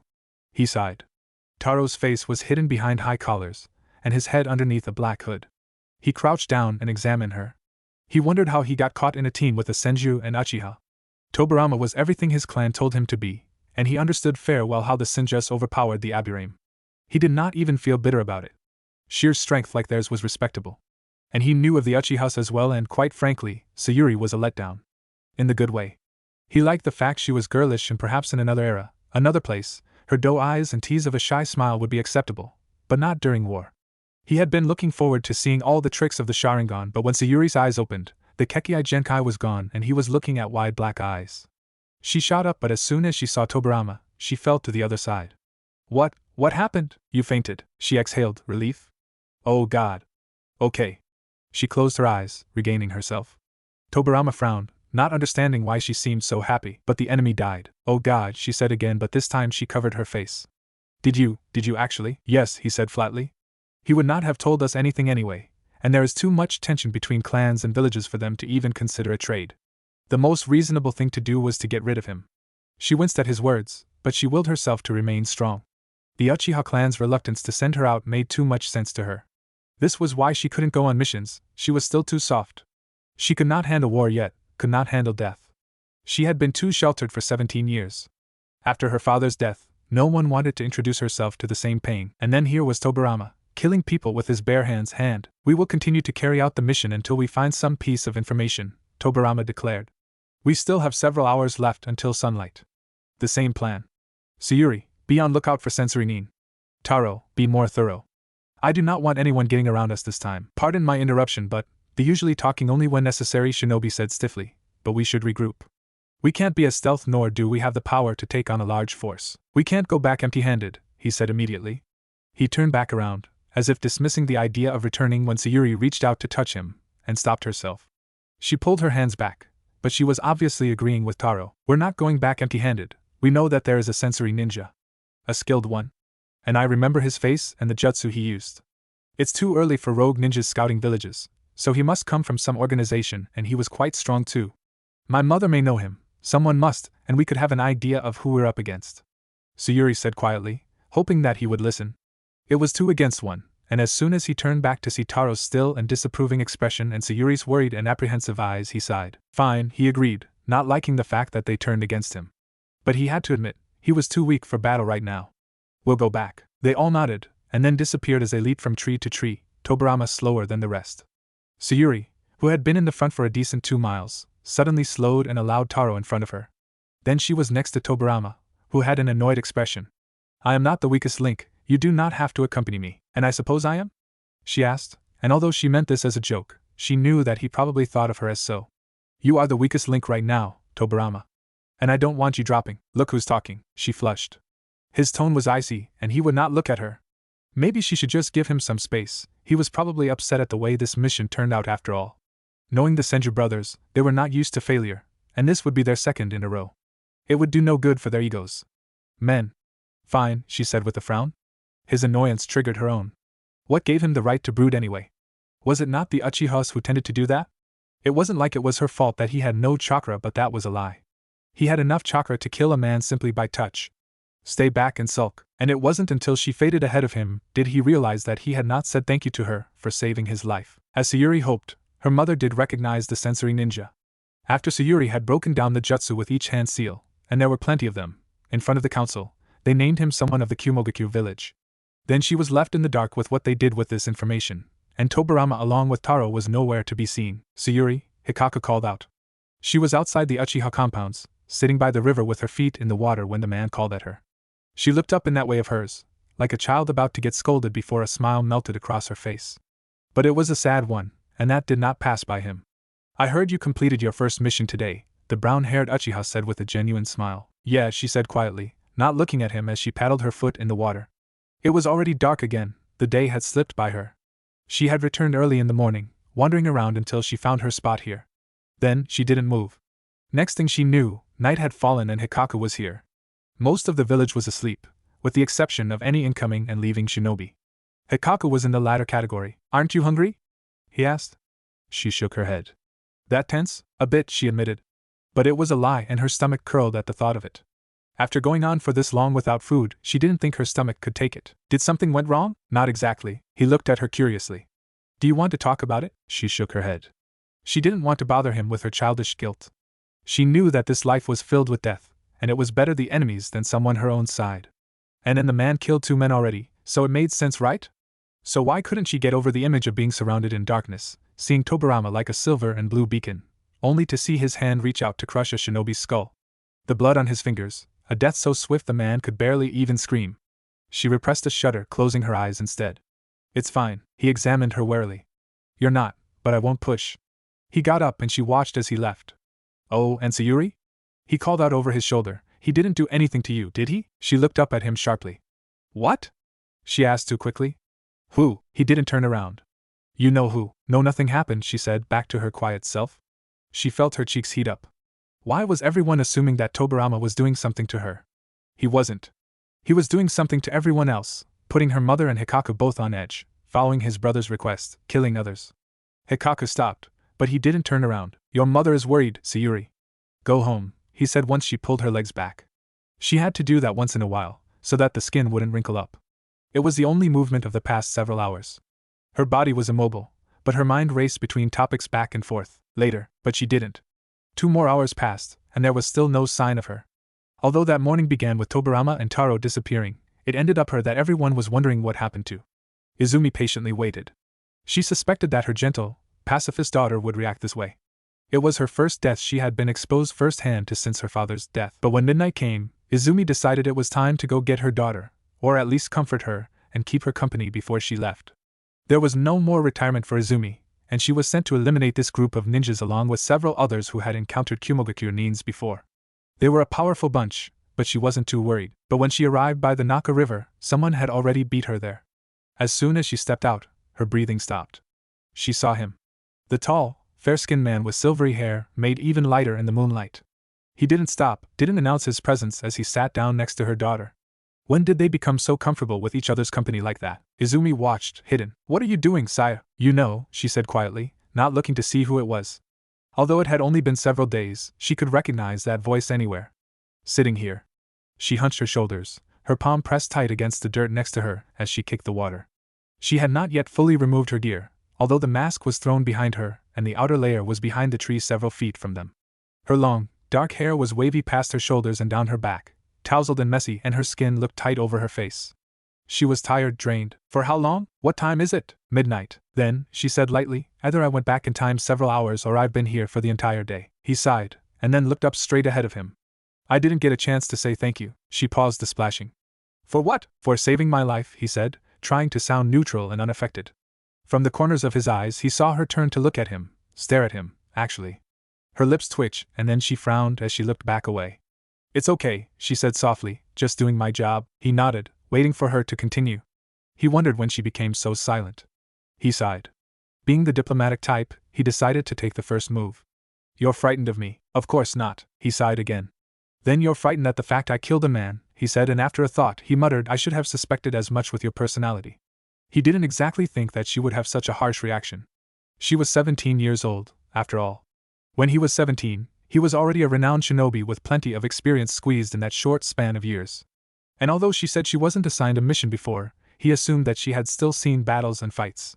God knew how many times his own clan had raided hers, and even without that, she grew up with the Uchihas, and they were plagued with assassins all trying to avenge a death or failure of a mission or steal their Sharingan. "Thanks," she said sarcastically, drawing up her legs closer to her and wrapping her arms around them. With her chin between her knees, she said, "You make me sound so fragile." "You are if you get upset over the death of the enemy that took out 2 of our own and almost myself. Please, you would not have died that easily." She cast him a dry glance. "Maybe I would have, maybe I wouldn't." He spoke with indifference. "Are you really that upset?" She had hailed from one of the greatest clan, but became reclusive after a death she had witnessed? It was not even someone she killed herself. Why was she so soft? She took a deep breath. "You could have warned me, at least." At last, he was getting somewhere. "So this is what it was about, not being prepared?" he asked.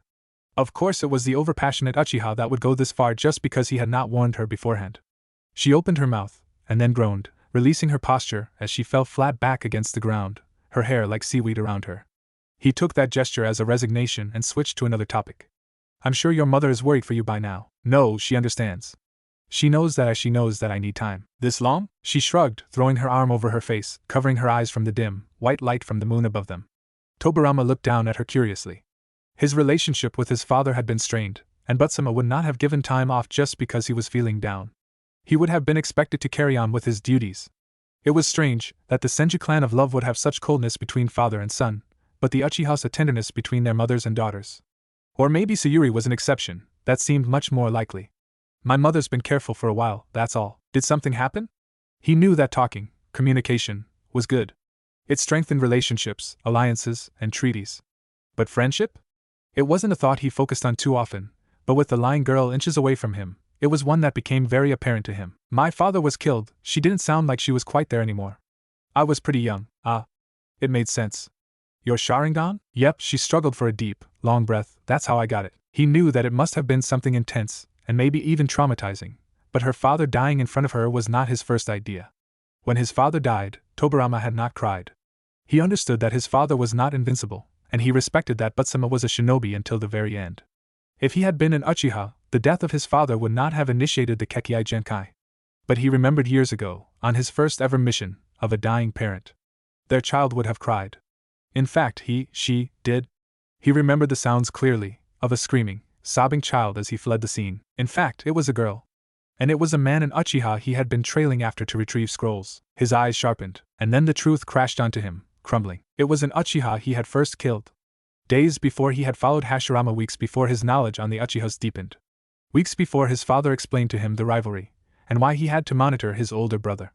It was before the enemies had a name. To him, it was just another clan counteracting his own mission. He had infiltrated a stronghold with 2 other men, killed a man, used a water needle jutsu that pierced right through the man's heart. He took the papers and escaped. But he heard it. Heard the shrieks of a tiny girl, crying out. The shriek that was devastated enough to unlock the Sharingan. Tobirama's face did not change, even as he considered that this revelation would change everything. No. Not everything. That would be overdramatic, but it would change things that began to matter. She could not have possibly knew it was he who murdered her father, and he didn't think her mother did either. No. No Uchiha knew it was him. To them, it was just an enemy. And even if they knew it was a Senju that eliminated the member and compromised their mission, it would not matter because that was 13 years ago. They've always had a tug-of-war between hired jobs, and this was just another casualty of the dozens they already suffered. But he knew that Sayuri would break down the way he knew that the water was liquid, the skies were blue, and that the sun would rise in the morning and fall in the evening. There was no rationality with her, she was driven on emotions. Emotions that made her too soft, that made her too sympathetic. I see. He wondered if his voice betrayed him, but she didn't move. And that's the story of Uchiha Sayuri. She laughed, and although the cheery sound bounced around the clearing, there was the undeniable tone of sadness beneath it. He wondered if he should tell her the truth she deserved to know. And she needed to know. He shouldn't care if that meant she would be upset with him. Sayu, why do you call me that? Thrown off guard, he frowned at her. What? You call me Sayu, she said, and there was that same dreamy tone, like she was just rambling her thoughts. I've never told you to call me Sayu, and no one ever does. Would you prefer I call you Sayuri? He asked.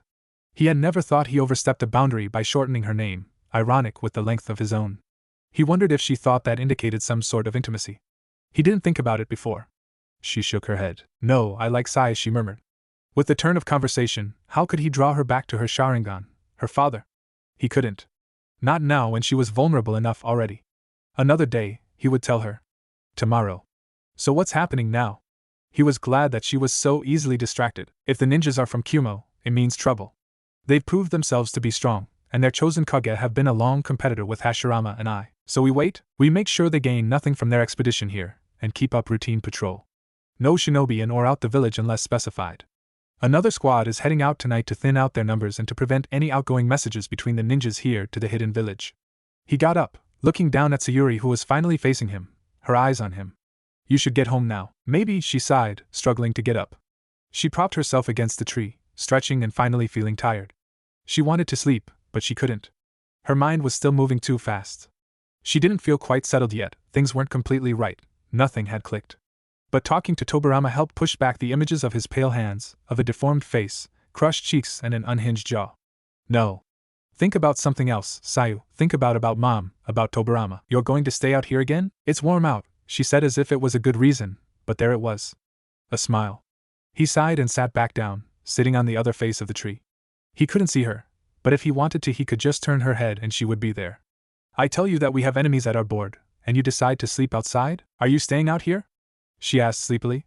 He closed his eyes, crossing his arms as he leaned back against the tree. To make sure you don't get killed, yes. He stopped. I owe you that much, she laughed. And just as her eyelids became too heavy, she murmured, thanks, Tobirama. But he didn't feel at ease. She would not be thanking him after she discovered that it was he who killed her father. That it was he who was the root of her Sharingan's activation. He that made the Uchihas impose pressure on her as the girl with the Sharingan. He that made her depressed for the past hours. And each slow, steady breath he heard from the sleeping girl beside him, the guiltier he felt. But when did he begin feeling this way towards anyone, let alone an Uchiha? When the sun came up the next morning, Sayuri let out a huge yawn and stretched, rubbing her eyes. She felt sweaty and dirty and her stomach twisted with hunger. She hunched over, wincing as she lost the feeling of refreshment. Rubbing the crust out of her eyes, she slowly got up, on her knees first, before she realized who it was sleeping right next to her. It was amazing how much younger he looked without that perpetual disapproving frown, or analyzing eyes. She forgot that he was only 4 years older than her, but had years, decades, more experience, more skill than she could ever imagine. And she was frightened of that, of the gap between them. But that was natural between teacher and student, and she knew that he wouldn't kill her. Hey, she whispered, hey, Tobirama. She gently touched his shoulder, but his eyes had already shot open and stood up slowly. He had refueled already, so the fact that he didn't sense her nerved him. He was getting too familiar with her presence, and that could become troublesome. You fell asleep. So I did, he said, trying to make it sound casual so that she would not think too much of his mistake. But he didn't get away with it. A smile pulled up on her face. I could have died, you know. she teased lightly, dark eyes bright. He wondered how she became so happy all of a sudden. Was she not mopey and bothered only hours ago? His pragmatic side told him that it was sleep that energized her, yet there was that slightest whisper in his head telling him that it was he that made her feel better. Good job, Tobirama. He rolled his eyes, crossing his arms. His eyes flickered past her shoulder, back at the walls of the Uchiha clan. He could only hope that nobody decided to take a stroll outside. A stranger seeing him sleep at a tree alongside a girl like her, that would also be troublesome. One thought led to another, and he was thinking already about telling Sayuri the truth about her father. Sayu, he said slowly, what are you doing today? She blinked, and her pale face flushed. Training, she said, not looking at him. The usual. Good, he said quickly and began walking away.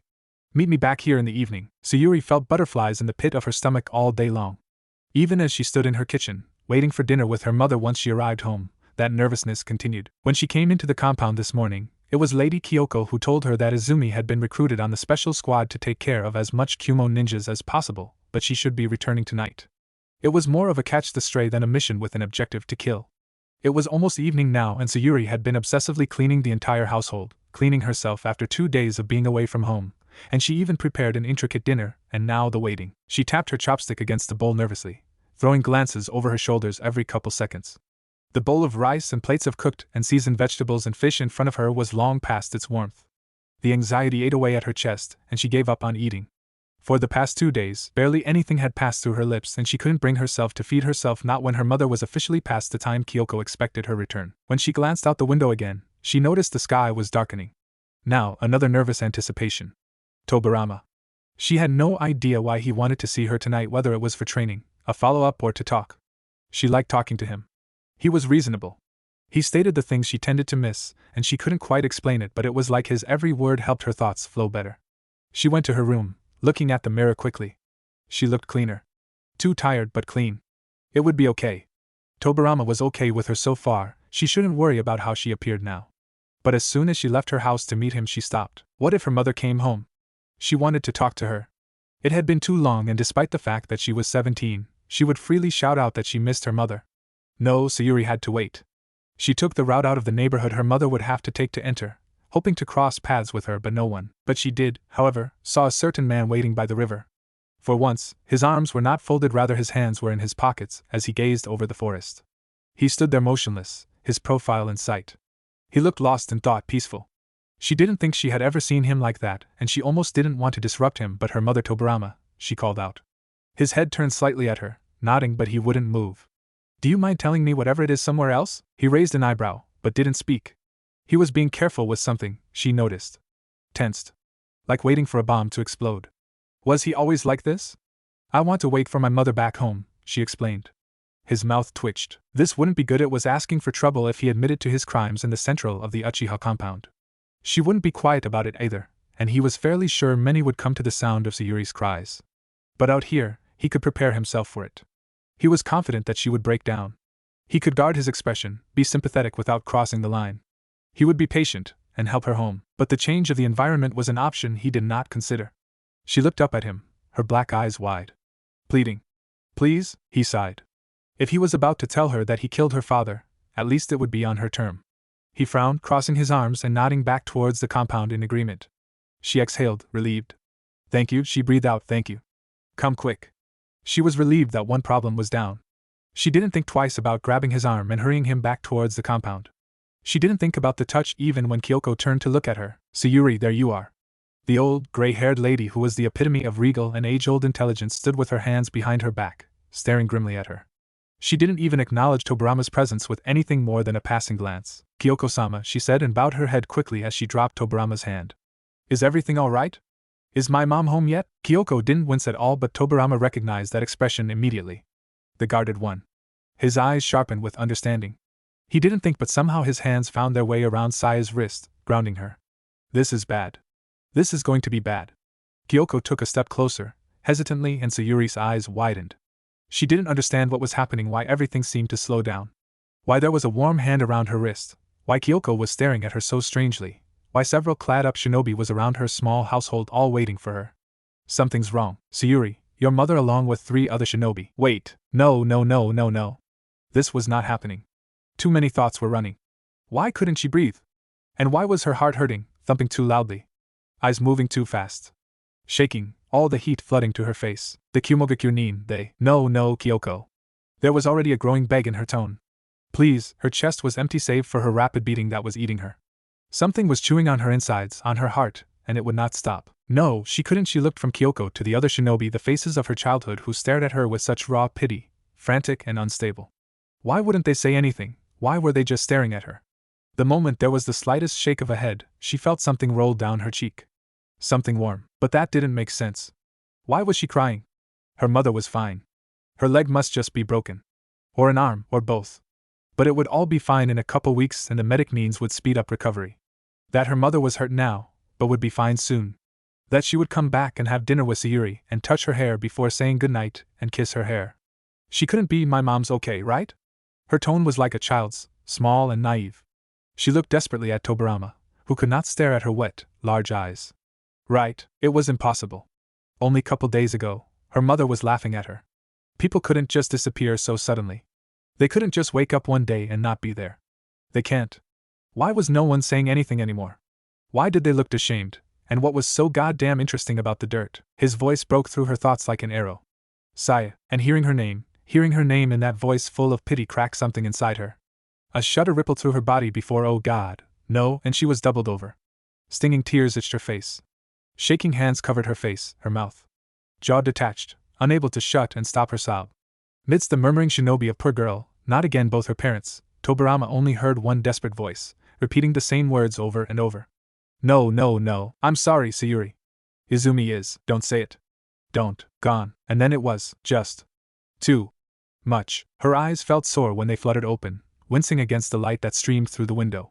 For a moment, she was confused. What happened? Why was she? And then reality crashed onto her. Mom, something dropped in her heart, and she felt her face slacken. But she couldn't cry. Her eyes were too dry, and they stung and ached terribly. She just lay there, staring up at the ceiling blankly, waiting for her thoughts to clear up. But she couldn't grasp onto the fact that her mom was no longer there. Each thought she had would scatter, and there was no solid idea she could hold on to. Any second now, Izumi would walk in with that same tired smile and tell her to get up. Then a couple hours later she would tisk at her as she rubbed her fingers down her face and smudge off the dirt, except she couldn't. Because she was dead. And the last thing Sayuri had ever said to her was, yes, that's the jutsu. She didn't know how to feel anymore. Sayuri felt empty, like what was left behind after her father's death before her eyes had slipped away as well. She was all alone. And even though she felt like her body was empty, it still managed to shake her body. Her muscles tightened as she repressed another shudder.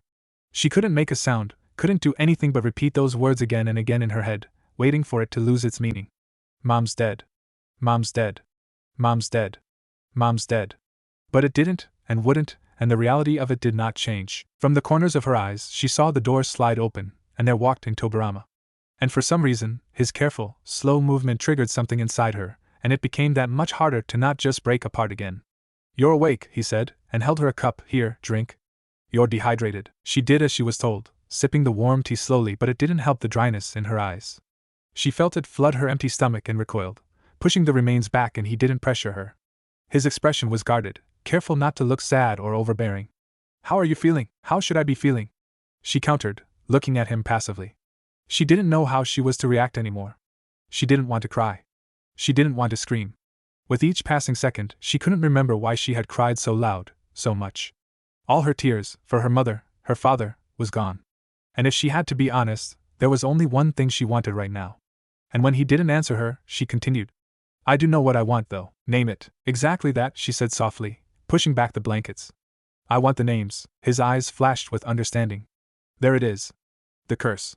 And what would you do with that information? Do you know who did it?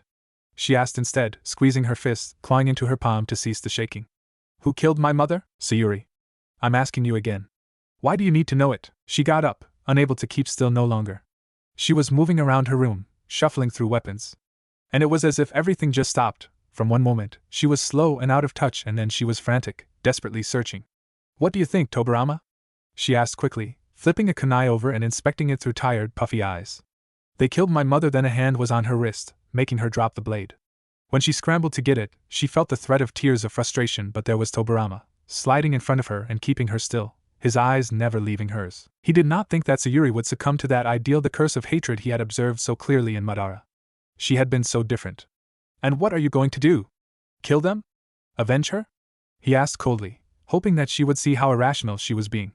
She wasn't thinking clearly, she was too consumed with the hatred that had once been love towards her mother. As always, she was feeling too much. And as shinobi, she had to control that. That's why you killed that shinobi, wasn't it? She shot back, not quite hissing, but there was anger in her tone now. Her eyes were begging for him to say it was okay. For revenge of the 2 men we lost? That's not the same thing. Tobirama said sharply, frustrated with her logic. How is that not the same? She groaned as she pushed him away from her, but he caught her hands, holding the tiny hands tight. He pulled her back to face him, and she struggled to turn away, but of course, he overpowered her. Tobirama, my mother is dead. She willed him to understand why she had to do this. Her eyes were wide, moving too fast and frantically. She had to make it even. If they were gone too, it would cancel each other out. Maybe then this pain, this feeling that was twisting her heart would go away. They killed her. He didn't say anything, his expression cool as always, but his grip would not loosen. She tugged her arms back, and finally, he allowed her hands to drop, but she stared at him anyway, waiting. She didn't expect him to question her motive. Didn't it make sense? An eye for an eye? They were still there. Walking. Talking. Eating. Breathing. She couldn't let them continue. No. How could she possibly just let it go? Your father, his voice was quiet. So quiet, yet there was emotion. Something there. Something like fear that he would never let slip. He's dead as well. His eyes were intent on hers, almost hypnotic. 13 years later, and you don't want to avenge him. It's because you had time, and you need time now to reconsider your plans. It's different, she said quickly. I was young. There wasn't anything I could do, but she suddenly stopped, and froze.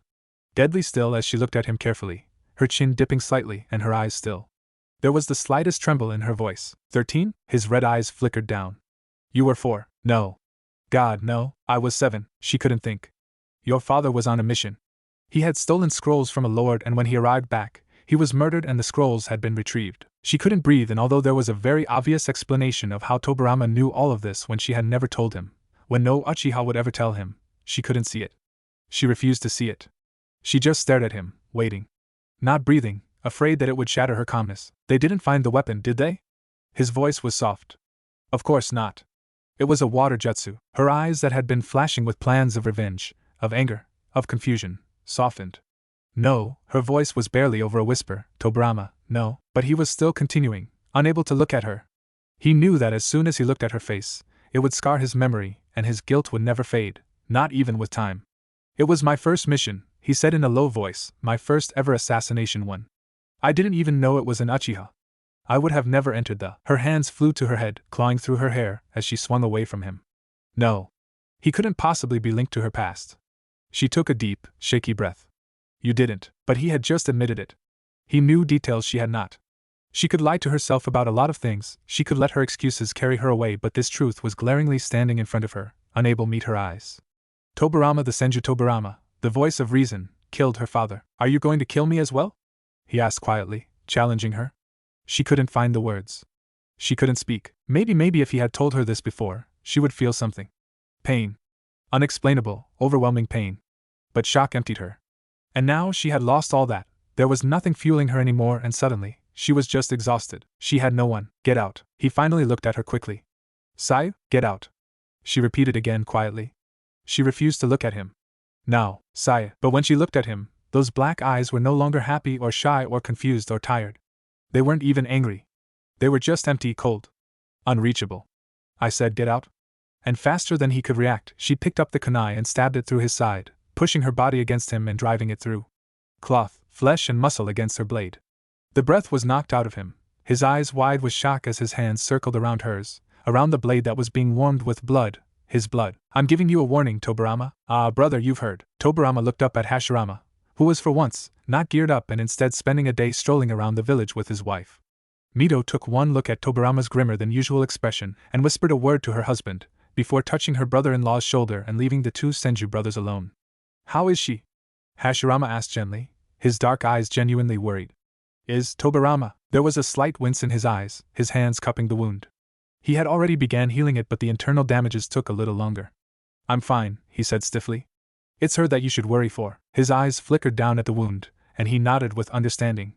The Senjus were praised for their medical ninjutsu, and he didn't have to worry. His mind ran through different scenarios of how this could have happened. What would make a girl like her stab a man after finding out her mother was killed? It was not Tobirama's fault, but she would still feel angry. Maybe she would want you did not tell her your nonsense about the curse of hatred, did you? He asked warily, and seeing that Tobirama was rubbing his forehead in frustration, the older brother groaned. Tobirama, you are just poisoning her mind with. She wanted names, Hashirama. She wanted to kill them. All the Uchihas are. She's a girl, brother. A child. You don't possibly think that she would go on a rampage just to avenge her mother, do you? Tobirama stopped. He remembered her voice, her quiet, soft voice. I'm giving you a warning. There was a threat in that voice, an absolutely surety. But she was Sayuri Sayo. She wasn't capable of that, was she? Of course she was. She was an Uchiha. She stabbed him. There's more. Hashirama sighed, and leaned back against the wall. They were up in the newly formed Hokage mountain, a broad, sturdy, towering piece of rock with his face in the process of being carved onto the side. There was no one around, but they were still cautious. His brother's blank expression made him only more tense. Quietly he said, tell me. Tobirama didn't hesitate this time. I killed her father. Hashirama opened his mouth, but like Sayuri, he could not find the right words to say. He straightened up, staring at his younger brother like a stranger. Although this was the man that he vowed to protect, of course it often went the other way around, and the only person of their father's intermediate family that was still alive, he could not recognize his brother as a murderer. There has to be more to it than that, he said quietly, wishing there was a good reason. Tell me there's more. It was a part of the mission. You didn't know. I didn't. Hashirama relaxed slightly. Hashirama had killed as well. Of course he had to. The clans were at war, and he had to defend his family. Tobirama did not kill her father because of spite, it was because of war. He contemplated the situation. But what could he possibly say? He didn't believe in the curse of hatred that his younger brother was adamant about.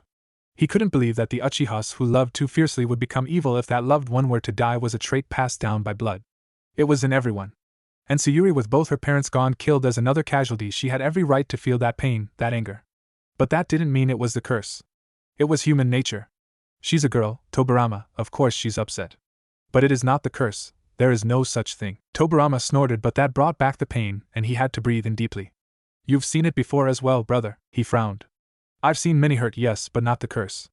But she will get through this. Many do. We've lost our parents. Mito, hers. But we are not broken, damaged or angry, we are not Uchihas. Tobirama blatantly stated, receiving a glare from Hashirama. The Hokage exhaled noisily, walking by Tobirama and clamping a steady hand down on his shoulder. Listen, brother, he said honestly, Sayuri had just lost both her parents. She has no one. Help her. I'm her father's murderer, he said flatly. You are her friend. Perhaps her only. And besides, Hashirama cast a glance to his pale, too composed younger brother this time, maybe we should blame ourselves as well for this curse. I could have changed things with Madara, and I will. And so will you. I have never agreed about you on that, he said coldly, and I never will. Hashirama sighed. He was caught between a rock and a hard place. His desire of friendship with Madara and peace with the Uchiha clan against his own brother. That day on the battlefield when Madara had said the only way for him to truly trust Hashirama if Tobirama were to die, it brought him pain like no other. But it had also brought him a heavenly relief, a way out of the situation without hurting either parties, only himself. And Hashirama was completely fine with killing himself for the sake of his brother and Madara. I know, he said quietly, I know, but history does not always repeat itself. You are wrong. Well, I'm sorry you think that. Tobirama turned, watching as his brother walked away, and he shook his head. It was so like Hashirama to be idealistic, to believe the best in others and give them the benefit of doubt. As kind as Sayuri may seem, her world was thrown upside down, and she would be seeing the world in a new light, or more correctly, in darkness. She didn't need a friend. She needed to be contained. If she still believed in Konoha, she needed to direct all that newfound passion into the cause of the village, not her own desires of revenge. But he was not the person to redirect that. He was just another target, and her actions proved this clearly. Hashirama was wrong. He was not her friend. He never was, and he never will be. Go home, Sayuri. I understand your resolve, but there is no missions right now that would satisfy it.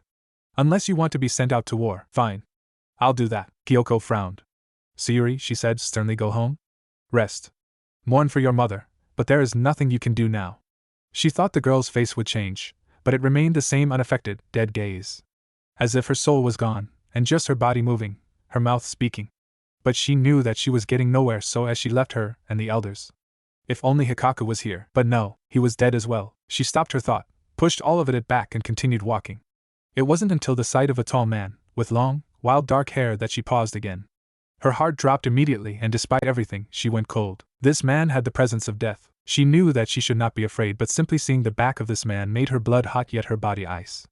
Before she even opened her mouth, he recognized her presence and turned around. He frowned. Uchiha Madara, her uncle. An uncle on her deceased father's side that ignited fear in every single shinobi, whether they were outsiders or of the clan. It didn't matter. Even when he was not clad in his red-plated armor and simply wearing the high-collared black garments of the Uchiha clan, he was still the epitome of intimidation. His long hair fell over his face, covering one eye, but there was enough of a threat in that single eye than most people could muster with their entire bodies and weapons combined. But he was family. Closer family than anyone else in the Uchiha branch. And like she had been told so often, blood ran thicker than water, and there was power in blood. "What do you want?" he asked, skipping any sort of greetings. He was mildly surprised that his usually reclusive niece was standing in front of him in full gear and equipped for battle. For years, Izumi and he had never quite gotten along. His eldest brother, only 18 at the time, had a child with her only 4 years before he died. He didn't understand why Ryohei would love this woman and thus took little to no interest to his child. Even when he came into power years after his brother's death, he severed ties with the second branch of his immediate family. There was no interest in anyone that was not powerful. Perhaps if it had been Izuna's child, Madara would have taken more of an interest, but it was the child of a brother he had been too young to really know, to really admire. Regardless, she was weak. And the fact that her eyes, her Sharingan, was a tease to him. A punishment. A mockery, but there was no weakness in her eyes right now. However, there was no determination either. "Have I been away long enough for you to have forgotten that I am a shinobi here?" he asked dryly. He had just returned from his own private reasoning of going to Iwagakure to remind them who the power was among the hidden villages. Too quickly, other nations had adopted the idea of having a military village, and Hashirama was there, like a fool, speaking of peace when they should be oppressing the others. And he had done exactly that. Konoha was a force to be reckoned with, and if Hashirama was too stupid to remind others that, Madara would gladly take the place of the most feared shinobi in the village. One Kage down, lit Tsuchikage, and one left to go. With Kurama's power, perhaps he could. No, it was not the time to think about that. Not yet. Sayuri was staring at him warily. She had always been apprehensive of Madara. Although he was her uncle, they had no bond, and her place in the clan was not held high either. Her father had not been especially regarded. He was not head of the Allen, nor was he the brother of the head, not until years later, but he was already dead by then because of Tobirama. No, she didn't know what to say. For the 17 summers she had been alive, she not once had a conversation with Madara, not a pleasant one anyway. She had walked by him, usually with her head ducked in a bow ridiculously low, avoiding all eye contact. There was only one time Madara had approached her, and it was when she was making her first attempt at the fireball jutsu that would integrate her into the clan. She had failed terribly, and all she remembered was the long-haired Uchiha walking by her before grabbing her arm tersely and inspecting her eye. She couldn't remember much after that, and she had never seen him so close ever again. Izuna was another story. Her uncle had just been a baby when her father died, and thus held even less of a reason to know her, not that it stopped him. Where Madara was strong and intimidating and valued power over nearly all else, Izuna had been more willing to get to know his kin. Not that he did much more than frown at how weak she was. "I heard about your mother," he stated in a flat tone, void of any empathy or sympathy. His words were thin, and there was no heartfelt sadness. It was just another thrown-out comment. He didn't have that sincerity, that brightness in his eyes the way Hashirama had. Yet there was a time when Madara had a glint of it, when her uncle Izuna was still alive, but ever since, it was dark period for him. "Do you know who did it?" Her eyes flickered up to him, an interest glinting up in those same black eyes. It did not go missed by Madara. "No," she said quickly, "but I wish to find out." "And what would you do?" he questioned, tilting his head, slightly amused. Now this was something interesting. The infamously black sheep of the Uchiha clan finding an interest in killing? "Would you hunt them down?" She didn't hesitate. "Yes." His eyes widened a fraction, surprised at her response. She was always been such a quiet child. She even reminded him of Hashirama a long, long time ago. But it was clear that Uchiha blood ran in her veins the way she was keen on revenge. And it made sense. Both her parents were dead, and she only knew the murderer of one, so with anger over 2 deceased loved ones, it would be taken out on one unlucky shinobi. "No," he said slowly, "I don't. But I can find out." "Please do," she said quietly. At least not all of her personality had disappeared. "Your name?" he demanded, crossing his arms. He was her uncle, but he was also the head of the clan. He recognized her face, but her name was another story. He knew Izumi's, but that was only because she was a distinct member of the clan. Her daughter, on the other hand, was a different case. She was always referred, in his mind, as Izumi's daughter, Uchiha Sayuri. Her face didn't change. She wasn't surprised that he did not know her familiarly, even though she would never, ever forget the name Uchiha Madara. "Would you really kill them, Sayuri?" he asked now with genuine interest. The prospect of Uchiha Sayuri, daughter of pacifist Izumi and his brother Ryohei, murdering another entertained him. Hearing the words aloud, her resolve faded just the slightest. If it wasn't for the fact that now she was thrust into the world with nothing holding her back, no parent to protect her, no friend to ground her, and only a clan that would push her to achieve more, to be better, to be stronger, she would have shrugged. But the emptiness she felt demanded for relief, so with absolutely confidence behind a quiet voice she said yes. Perhaps she would live up to the Uchiha name. He could use her. And with all the speculations he heard among the clan of a girl and a senju. Tobirama, his eyes flashed. She could not kill him with power, for she lacked it. But she had one advantage that he knew Tobirama had never given to anyone. She had surprise. And it also was not as if he could not smell the blood on her hands. His eyes flicked down. You have the blood of Tobirama on you. I stabbed him. She told him unblinkingly. Heh. He smirked, amused. He looked past her, inspecting the area. There was no one around. Walking closer, he placed a finger underneath her chin and tipped her face up closer to his. She watched him carefully, but it dulled in comparison to his own gaze. He was looking at her like a piece of weapon, like a smith before planning the mold. Shivers went down her back and her breathing lengthened at the proximity of the feared Madara in front of her. And although she knew that he had no reason to, Sayuri had the same spike of fear of being killed in a blink of an eye when he touched her. Show me your Sharingan, he said quietly. Immediately, black eyes shifted into glowing crimson. They looked different on a woman, he noticed. She was not old enough like Kyoko to look deadly in them. The Sharingan was too distinct in her face, too captivating almost. He frowned. No, Sayuri. His own Kekkai Genkai appeared, initiating a jutsu, a seal release one. The other one, and at his words, the Genjutsu lifted. Her eyes widened again, and this time the three spinning tomo transformed into the Mangekyo Sharingan. Have you heard from Sayuri? No, but she must be taking Izumi's death hard. After all, she went into hiding after the enemy's death as well. A sigh. I suppose you're right. Wasn't Madara to return tonight too, with an important meeting? Who knows what he's planning these days? He's been stranger than usual after Hashirama became the Hokage. Yes, but that was months ago. And, another sigh. And you're right again. Sayuri squeezed her eyes shut, unable to cling on to the Mangekyo any longer. When she slowly opened her burning eyes open, she saw the black flames consuming the forest, and shut her eyes again. Madara frowned. Still too weak. He supposed it was a blessing in a twisted disguise that he had known Sayuri gain the Mangekyo from the death of her father after he had taken Izuna's eyes. Her eyes were weak, proof of her own skill or rather lack of. All she seemed to be able to wield was the Amaterasu, and not too well either. It was why Sayuri could never master the fireball jutsu, of course. The day she was introduced to that Uchiha tradition, she had performed the Amaterasu by accident, but it was Madara who had recognized the start of flame and stopped it before she revealed the secret within only the strongest of the Uchiha clan. He was as shocked as you would imagine when the 8-year-old girl suddenly conjured up the black flames. It was too late for him to steal the eyes at that time, and he even hated her for it. But she was weak anyway, and she still was.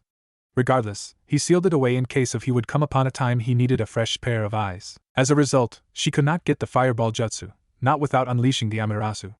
And now that Madara had unlocked it, she had access to the Mangekyo once again. Almost a decade later, her left eye bled from the strain, but training was necessary if she were to avenge her mother's death and perhaps even her father's. That's enough. Having Madara as a teacher was something not to be praised. It was something to be feared. Failure in front of him brought her horror, and compliments and explanations were out of the question. It was hard enough being taught a skill by someone who could not understand such things as weakness and mistakes, but a triple no, more in the case of Madara, who had been nothing less than outstandingly perfect and precise. Blood, sweat and tears was not even the beginning of what she had to sacrifice around him. She nodded, panting, one bleeding eye squeezed shut. The pain was burning through the back of her skull, but she knew better than to complain. There was no one to complain to. And she needed this. This was her only weapon in her already limited artillery that could be used against the men who killed her mother. So all this time, she said still breathlessly, I could have done this? You would be blind by now. Madara said sharply, turning around. When she opened the eye, slowly, painfully, it was black again. Of course, Madara thought bitterly, still too weak to even maintain it. She touched the rim of her eyes hesitantly, her face twisting when she saw the blood on her fingers. Be thankful that I even unsealed it. Along with her memories about it, she didn't say out loud. All of her childhood, Madara had been stoic. Now she knew why. Her mother had known that he had something to her that one evening, and it explained why her mother never liked the clan leader. She flexed her fingers, staring after the tall man with long, spiky black hair. Should I seal it again?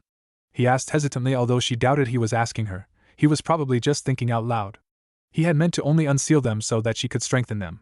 He didn't expect her to be strong enough to ever fight him when he needed it, of course, but he didn't want a weak Sharingan in his possession with no ability he did not already have.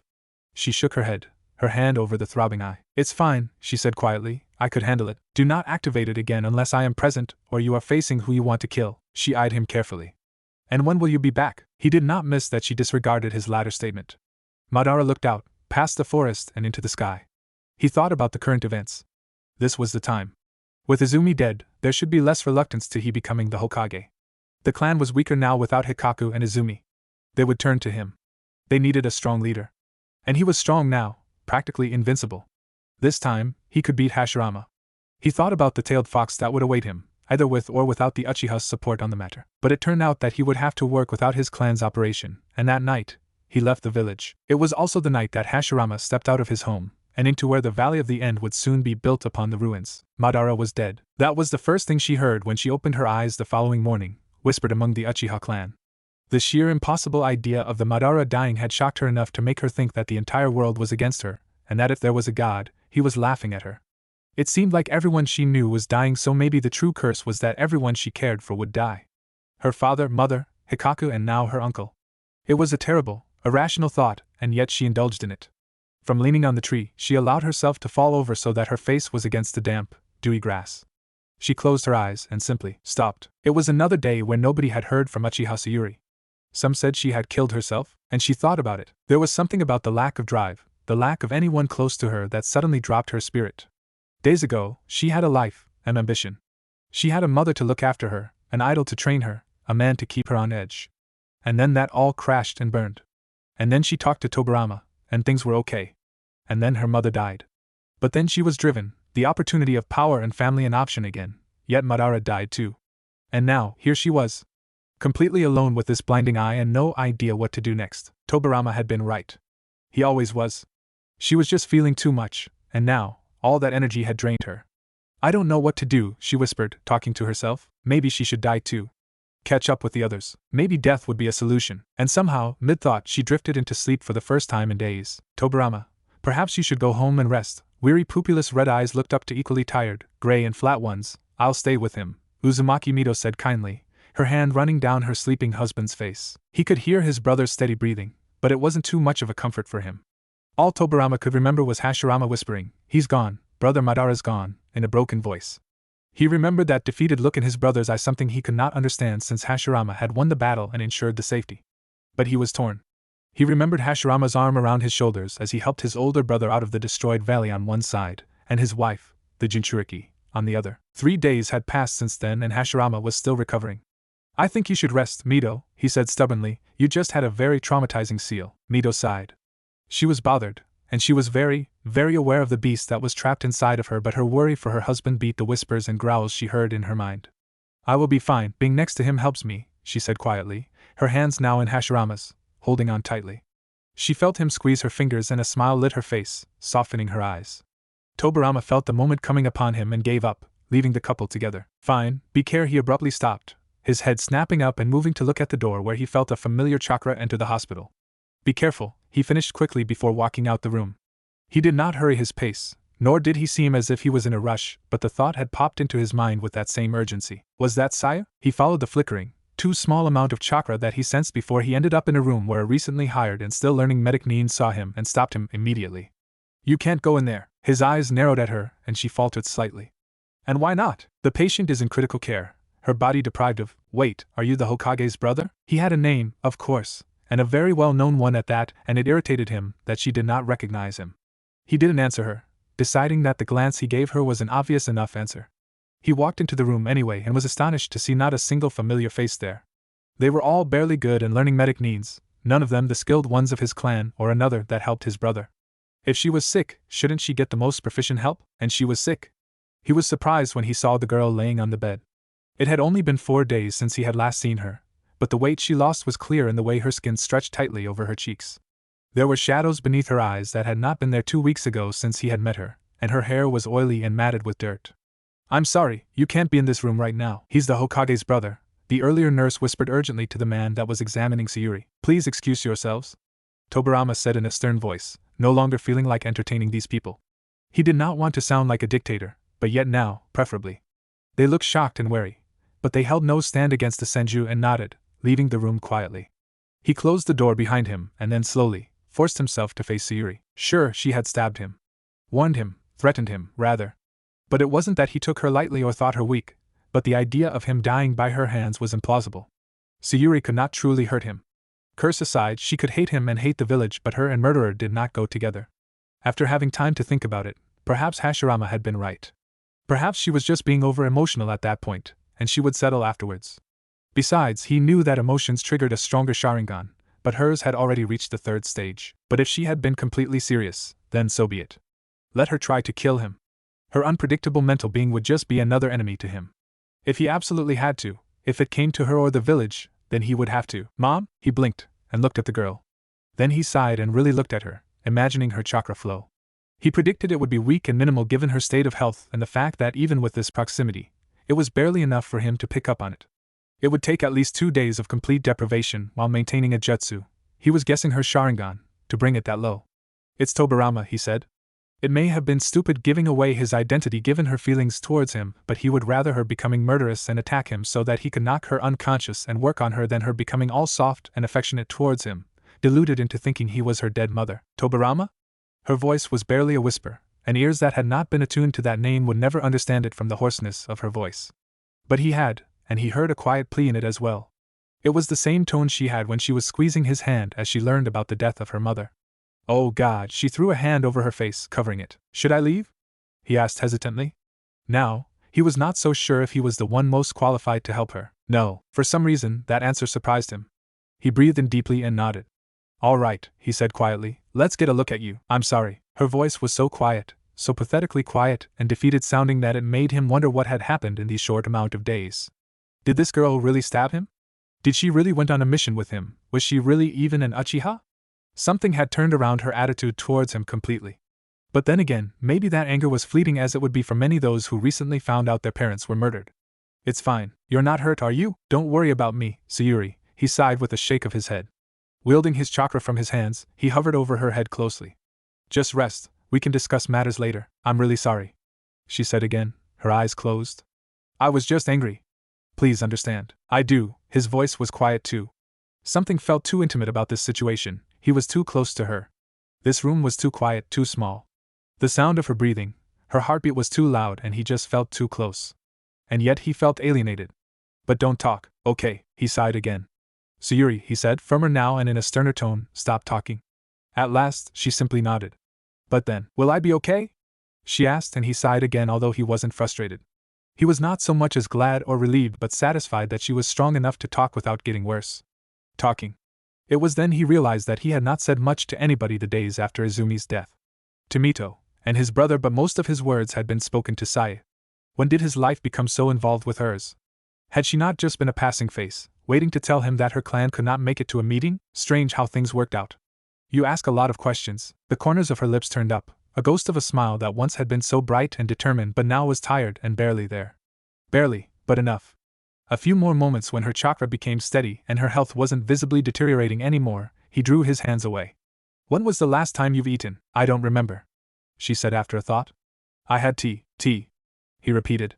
Is this by any chance the tea I gave you the day you stabbed me? She winced at the rightly justified accusation. Yes, her voice was small. His eye twitched with annoyance. That had been over 3 days ago, and she had only a sip of it. She was going to die like that. I'll bring you some food. Her stomach curled at the idea of suddenly being filled up. She had gone too long without food. No, she said quickly. I'm not hungry, really. I don't want. You need food, he said, his hands on the doorknob and her stomach fluttered nervously. He was leaving? Wait. She called out again, and he tilted his head just slightly to acknowledge her, but he still didn't turn around. Don't go. He didn't know why he was always so surprised at her quiet, tiny tone when it was perhaps the most definable one he knew from her, but something about it struck him, and he closed his eyes, shaking his head. He opened the door and she sat up straighter, alarmed, but he simply called out and asked for food before returning back to her side. He took a seat in the chair by the wall, closing his eyes and crossing his arms. With a sigh, she fell deeper into the bed and rolled onto her side to look at him. Thank you, just sleep, Sayuri. We'll talk later. Silence and then, okay. When she woke up after a very short, uncomfortable sleep, she restlessly got up and stopped herself when she realized that Tobirama had fallen asleep. As silently as she could, she drew back her blankets and crept out of the bed, 1 foot at a time on the cold floor. She was still wearing the dirty clothing from days ago and wrinkled her nose, wondering why Tobirama with his blunt personality had not told her that she stunk. There were fresh clothing at the foot of her bed, but she decided to clean herself first before putting them on. As soon as she stepped into the hallway, someone called out her name. Feeling like she was caught doing something, she attempted to hide until Hashirama? She groaned and rubbed her face. She had thought it was someone who would get her into trouble, and although he was the Hokage, she just didn't feel like he would do anything of that sort. Not to mention that she had not done anything wrong anyway. Lord Hokage. She corrected herself quickly. He held a finger to his lips and pointed into the room behind him. She leaned to the side and saw a sleeping red-haired woman. And then his eyes softened. I'm sorry, about your mother Sayuri, he whispered still. I'm sure that she did whatever she possibly could have. She was trying to protect the village and you, especially after he stopped when he saw her face turn red and her eyes glaze over. And you are also Madara's, and once again he stopped, this time when she couldn't even look at him. Hearing those names and titles in another's mouth, proclaiming that they were gone, made it all too real. He cleared his throat and looked like the powerful Hokage, the god of shinobi, that she had always heard of. I'm to understand you want a mission to find these Kumonin. Her eyes flashed up, wide and with the first real spark for what seemed like an extremely long time. What, really? And then she forced herself to suppress the excitement, knowing that it may just lead to disappointment. Her voice dropped again. Can I take it? Of course. And then his face turned friendly again. I'm the Hokage, after all, and I'm assigning it to you. She let out a breath. Thank you. She had the Hokage on her side, miraculously, so much, but it isn't one that should involve casualties, he said, holding up a finger and looking at her false sternness, just a recon mission. I want to find out why those ninja were here, and if it has anything to do with the recent tailed beast attack. There was a tailed beast attack? She asked automatically, a flutter of panic arising. He suddenly went rigid, looking away from her. I know you're new at this. His voice was quiet, and she felt as if in some way she had disappointed him, but you do not question the authority. All you need to know is that there was a tailed beast attack close to the time those Kumonin were here. I want you to find out if there's any relationships, and if they are searching for one of the tailed beasts as well. Come back immediately, with or without information. You have 3 days. Understood? She could only stare down at her feet, her cheeks flaming. She didn't know why she felt like a scolded child. All Hashirama had said was that she was new at this and was telling her protocol of being a shinobi, and she really should know better. She would never have questioned an Uchiha elder like that, let alone Hashirama, and for some reason, she thought about the village and the Hokage. This was like a clan, only bigger. And like how she respected the Uchiha way, evident from her blinding eye, her injuries day in and out to meet the Uchiha standards, she should also respect the villages. And that meant being a kunoichi, an abiding one. She had nothing left for her with that clan name, and it suddenly hit her that Konoha was all she had left. She had no family, but she would make a new one here. Konoha would be her family. Okay, she said quietly, understood. I apologize. And like a flip of a switch, Hashirama was bright and cheery again. His laugh echoed down the hallway as his hand clamped down on her shoulder. Don't be like that, Sayuri, he said lightly. We're still setting up all the systems. Just follow through the mission, and if, Sayuri, they froze. The voice was almost sarcastic as he continued. Brother. They both slowly turned around, caught red-handed. It was the action of two prey knowing that they were going to get attacked, and only wanted to prolong the moment before their imminent deaths. Tobirama was there, frowning, his arms crossed and eyes hard. He exuded disappointment. You should be in bed. His crimson eyes flashed to his older brother, who was in the process of trying to sneak away. But and do you think me a fool, brother? Well, I can clearly see you. Where's Mito? Asleep. I just need to talk to Sayuri about her. But then her face stilled and her eyes went wide, her fist clenching. Her eyes flickered away from him uncomfortably, turning back to Tobirama, whose face was unreadable as his gaze leveled with his brother. Hokage business, you wouldn't understand. Hashirama laughed sheepishly, touching his long dark hair. Another day. It sounded more like a command than a suggestion. Now both of you, return to your rooms. Tobirama said with a tone of authority, his arms crossed. Hashirama muttered something about bossy control freak, while Sayuri just stared at him. Gape was a better word. His expression had the slightest spark of a challenge as an eyebrow rose and his mouth tightened to something that wasn't quite a frown or a smile. Yes?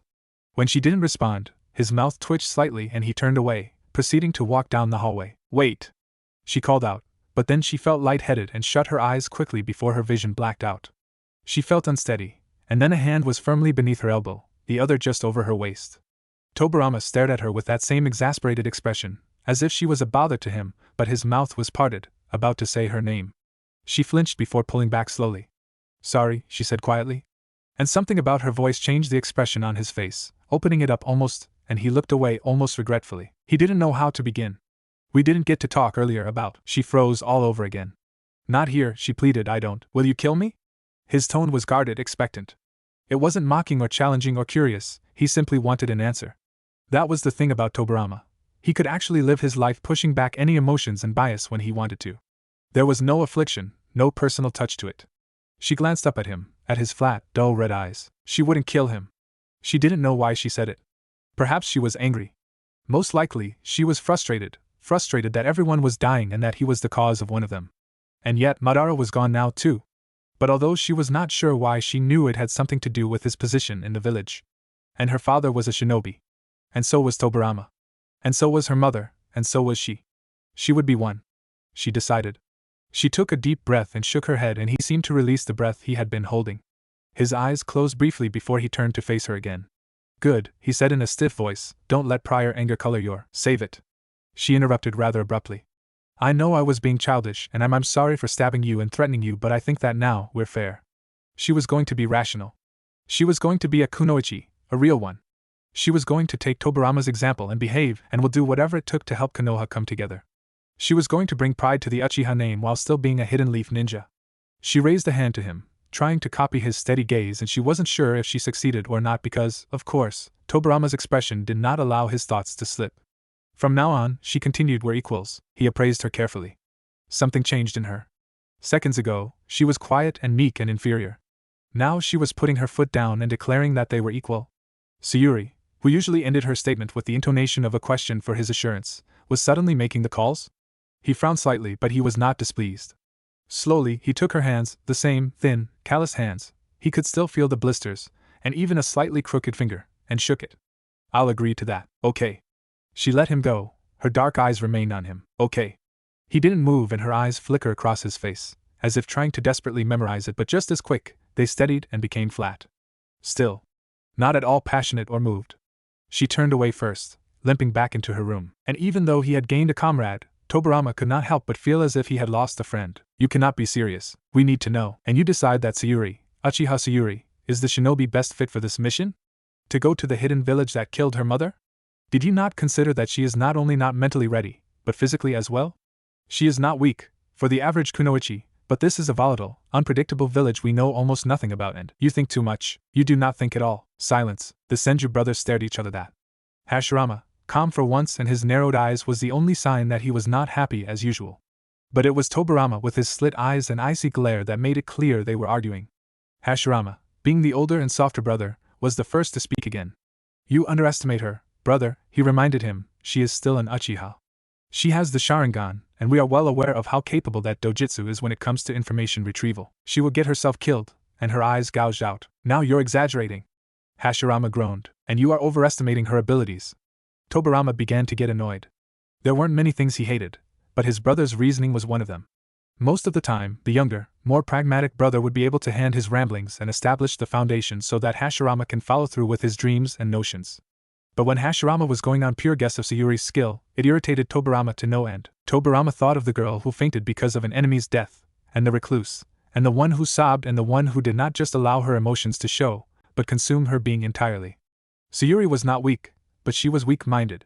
And the more Tobirama thought about her going on a recon mission that required a clear mind and unbiased gather, the more his anger grew towards Hashirama, who thought that she would be suitable for this. His finger twitched, and immediately, Hashirama felt the chakra spike through his bones. Hashirama's eyes sharpened. Brother, she will die. There was no more negotiation in his tone, only a sense of finality. Anyone who saw his face and stern eyes would be silenced immediately, and succumb to Tobirama's every will. He simply had that effect on people, the willingness to follow his direction like a lost sheep. But Hashirama was not just anyone, he was his last, and only brother. No more was the stiffness in his posture or voice. Hashirama's eyes softened, and he took a deep breath, slouching slightly. Not unless she has someone to go with her. The chakra emitted only became stronger. You are suggesting that he said slowly, carefully, the man that has been running the village, setting up the academy and making sure that none of the clans decide to descend into anarchy, and that the Uchiha clan are stable and being head of patrols while also corresponding with all of our shinobi out in the battlefield and war, drop everything and go with a girl to eavesdrop on Kumogakure? He asked quietly, his eyes boring into Hashirama's. The chakra was so intense he thought he saw the waves in the air, but Hashirama did not seem perturbed. He only stopped to think about what his younger brother just said, and then, yes, that sounds about right. More silence. Then I suppose it's a good thing that you can protect the village from this bed. And throughout the hospital, The medic neens were finally able to stand up after the sudden heaviness in the air that had collapsed their knees only seconds before. 1 week later, after Sayuri recovered from her deteriorating state, she was back in the Uchiha neighborhood. She did not go home, however. She couldn't bring herself to. Instead, she went to do some research all about Kumogakure. Like Konoha, the Land of Lightning hired them as a military force to not only reinforce their boundaries and borders, but expand them as well. They followed suit only 4 months after Konoha, and yet they were creating a name for themselves already. From what she gathered, they were famed for their kenjutsu and a special type of fighting style they had that not only involved taijutsu, but ninjutsu as well. All reports of shinobi from Konoha that had gone against them in war repeated all the same things, so she assumed that it was the method that their kage was imposing. That, along with the somewhat common lightning release techniques, was what defined Kumogakure as a nation so far. She sighed, and put the scrolls aside. They were strong, and she was done for. She pushed aside all the reports and papers and rubbed her face tiredly, her eyes wincing when she finally looked out the window. It was early in the morning, and a pale blue accompanied with warm orange tones was lit over the horizon. She had not even realized that she had read through everything all night until now. With another groan, she rubbed her eyes again and stood up from the table, ready to leave the archives when she stopped at the entrance. Hi! Her voice was quiet, eyes careful not to show surprise or any other emotion, but she was still new to this. Although most Uchihas were able to conceal their thoughts as easy as breathing, she had never been so contained before. It felt strange, but not bad. It did, however, make her feel in control. Good morning, was Tobirama's ever-stoic response. She didn't know how to explain it, but his eyes were soulless. She knew that this was not true, but how could anyone possibly seem so serious and yet unattached at once? She regarded him carefully. Is there anything I can help you with? His head shifted to the side, and he looked at the building where his brother's face was carved into. No, he said breezily, I'm just heading out to a mission. Oh, really? She tried to mimic that tone of his, but it was a feeble attempt. Am I allowed to ask? It's just a simple mission. He turned back to her to gauge her reaction. Recon to Kumogakure. Her eyebrows shot up, eyes wide. She couldn't help but feel a quick flash of panic. What? Slowly, she began placing it together, and Tobirama could clearly see the way her brain was connecting the pieces. You're saying we're going on the same mission? That wouldn't be a problem, would it? She opened her mouth, and then closed it. There was no way she could answer that question, not without breaking the mask she was trying so hard to maintain. Her eyes flickered down, and she shook her head. She was lying, and yet she thought it was the shinobi thing to do. But Sayuri did not know that gesture. Tobirama saw vulnerability. Humbleness. But for whatever reason, he did not see weakness. They were going to Kumogakure through the water to avoid any run-ins with the many groups of shinobi trying to establish their territory. It made sense, but yet she had always thought she would be running through land. When Tobirama and she silently entered the island of the Land of Whirlpools, she saw a boat that looked more suitable for fishing than it was to venture through open waters in. It was about 10 feet long, and 4 feet wide, and only just past her knees in height. This is what we're taking? Is there anything wrong with it? She hated when he answered her questions with another question. It made her unsure how to proceed. Actually, that wasn't quite true. She knew the most sensible answer was to lie and say that she was fine, and yet, she couldn't bring herself to. Luckily, she didn't have to say anything because he was already talking as he pushed the boat out into the water. Sayuri, his eyes flickered up at the girl biting her lip, and with worried eyes, don't be worried. But, do you honestly think I'll let you drown? She quieted. There was intensity yet passiveness in his clear, red eyes. He held out a hand to her, and she believed him. With a slight nod, she took his hand and he helped her get into the rickety boat. He pushed it further into deeper waters before somehow landing in silently in with her. There was not even a ripple or drop of water, and he did not look at all bothered as he took a seat on the other end opposite to her. She stared at him. He was back in his usual blue-plated armor and the distinctive white fur collar.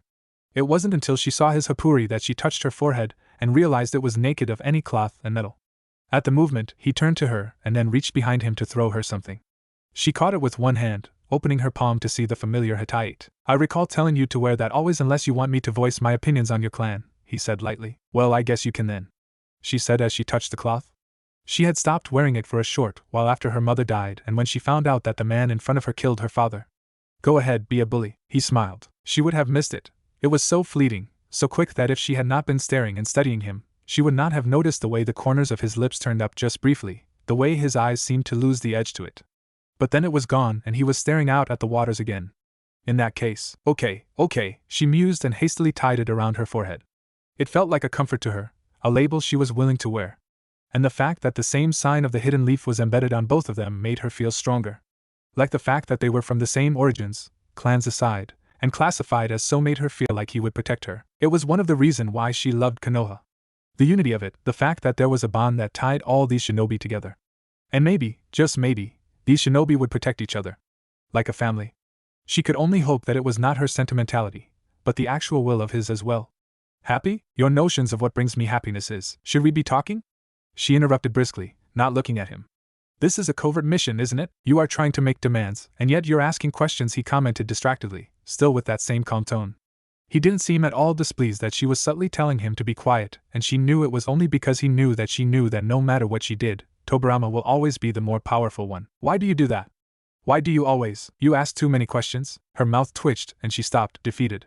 In a clear sign of defeat, she looked back at the water and rested her chin on her palm, her eyes slightly lowered.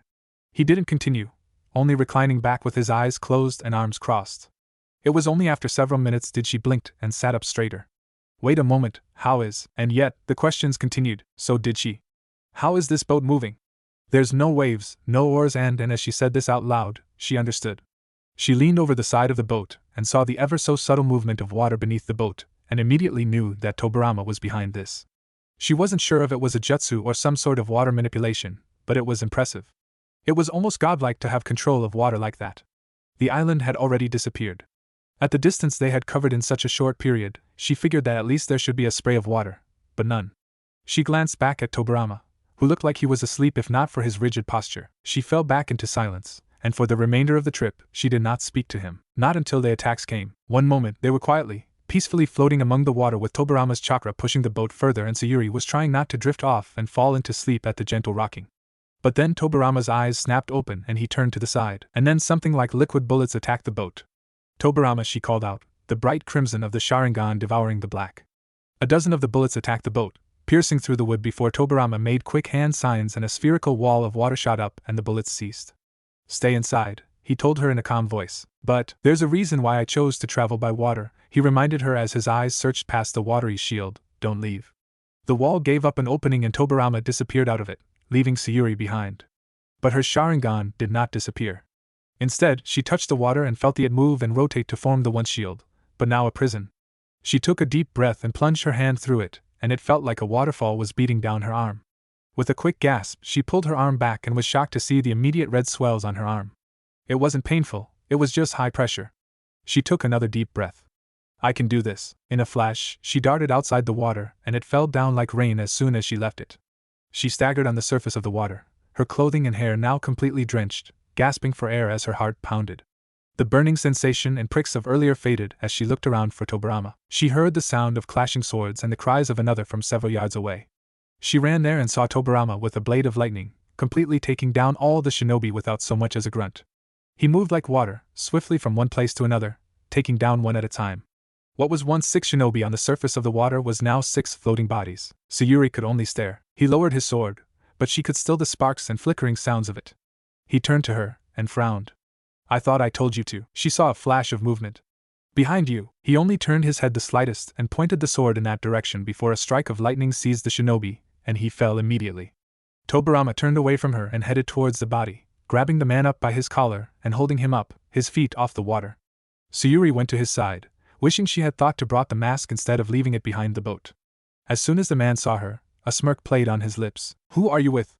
Tobirama asked. You are Senju Tobirama, the man said instead. And although his mouth had a line of blood trailing down the corners of his mouth, he turned to Sayuri with a gleam of insane humor. And you, and Uchiha, I will ask you again, who are you with? Why should I tell you? I would be dead in seconds anyway. Sayuri's throat tightened. She knew that Tobirama would kill him, like he did with everyone else, yet she could not meet the man's eyes. Sayuri. Tobirama's voice brought her back, and although he was not looking at her, she felt scrutinized anyway. Do not look away. Do not be weak. We do not turn our heads from death. It was torture, but she forced herself to. Her stomach felt twisted in knots, and her lungs incapable of sending oxygen, and yet she forced herself to copy Tobirama's expression. Speak now. Tobirama demanded, but the man only spat out blood to his side. Tobirama's hand was still carrying the man up in the air simply by holding onto the collar. You, Sayuri spoke to him. Her voice did not betray her, sounding although not as demanding as Tobirama's, it held a stability of its own. Tell us where you are from. With her Sharingan, she stared at him with the Kekkai Genkai known for its genjutsu, and created the illusion of him wanting to tell them everything. I am from Kirigakure, he choked out, of the land of water. Tobirama went still and Sayuri's eyes widened. There was another hidden village already? She knew of Kumogakure, and Iwagakure, and now, the fourth. How much more countries were creating military villages? How can the war possibly end with new players spurting up? And we will destroy you, Kanahagakur. That smile remained and his eyes didn't leave Sayuri's. And you too, doll face. I'll have fun with you. Despite the threat, it was not the man that collapsed, it was Sayuri. And not because she was scared or shocked, it was because of the sudden chakra in the air that was so heavy and prominent that one moment, she was standing on the water and the next, gravity seven-folded unexpectedly. She already knew who was the cause of it. Tobirama did not turn to check on her. Her surprised gasp and staggered drop to her knees was enough for him to know that she was fine. She was staring up at him, dumbfounded and wincing as she struggled for a proper breath, but she was filled with anxiety from the overwhelming presence. It was as if all the air left, and only chakra filling the void. He did not look at her. His eyes were glaring at the man in an anger so animal-like that she thought could never be possible. How could a man composed as he possibly have this much rage? And yet his voice was quiet, slicing the air that thickened with chakra like a knife. Are you threatening her, and my village in front of me? She tried to stand up straight, to not look weak, but she was not accustomed to the atmosphere. She was about to turn to Tobirama and just beg him to get rid of the shinobi already so that they can leave, but then blood splattered across her face, and Sayuri froze, her Sharingan shifting into the Mangekyo on pure instinct. Everything inside of her cried out danger, danger. And her Kekkei Genkai had reacted. But it was not her blood that was on her face, on her lips, on her clothing or hands. No. As she looked down to her shaking fingers and then to Tobirama, she finally understood what had just happened. This man exploded. No. There was not a frenzy of limbs flying everywhere. There wasn't blood covering every surface. It was not an explosion, he had imploded. But how? Tobirama dropped him, and the corpse floated on the water, limp and drained as if he was just a pile of skin and bones, no flesh. Sayuri still could not move. She forced herself to fight back that sting of tears from the back of her eyes, forced herself to not show weakness. But she could not control the spasm of her muscles or the tremor in her hands. She felt like she couldn't breathe, couldn't do anything without the risk of breaking down, and she had done that so often that it was becoming tiresome. Pathetic and expected, so she didn't cry. Instead, she took a deep breath and changed back to the regular Sharingan so that she could incline her head towards him. Tobirama had his back to her, looking at the boat that was spotted with cracks and dents instead. Blood dripped down his hand. He closed his eyes, and only walked back to the ship to take the necessities. This attack was not from Kumogakure. We do not have to worry for a compromised mission. Let's go. He spoke as if nothing had happened. She didn't move, and he sighed. Saya, that familiar name allowed her to speak once again, but she hated that plea in her voice. It made her sound like a child, a whiny, emotional child compared to him. I don't understand, she whispered. How could he have killed someone like that and not even have the slightest reaction? Tobirama did not look at her, playing with the straps of the bag instead. He didn't want to look at those dark or Kekkei Genkai eyes that was always so unguarded that it caught him off guard. Remember, his voice was strangely quiet, almost a reminiscent of her own as he spoke. The human body is composed mostly of water. And she looked back down at her own hands that were stained with blood, and forced back a whimper. The silence continued for the rest of the mission. It was a noticeably longer time now that she was moving on foot. Before it was just hours passing by of half sleep, half awareness. But when they were running on the surface of the water, covering a decent amount of miles every 10 minutes, it was tiring. Not that it showed on Tobirama, of course. By the end of the second hour, her breathing became louder and Tobirama could no longer ignore her panting. We're almost there, he told her. She was not too far behind him, but he had been slowing down for the past 5 or so miles for her sake anyway. She nodded. There was a sheen of sweat on her face, and her usually long dark hair was coming undone from its tie. Over the horizon, he saw something strange. It was not land yet, and he sensed less than a dozen humans on it, their chakra levels relatively low. It was only after more miles passed that he recognized it as a large island, one that was alive, a gigantic turtle, with green spike-like trees on its shell. Its face and flippers was old and wrinkly, like a stone shores to the appearance of the island.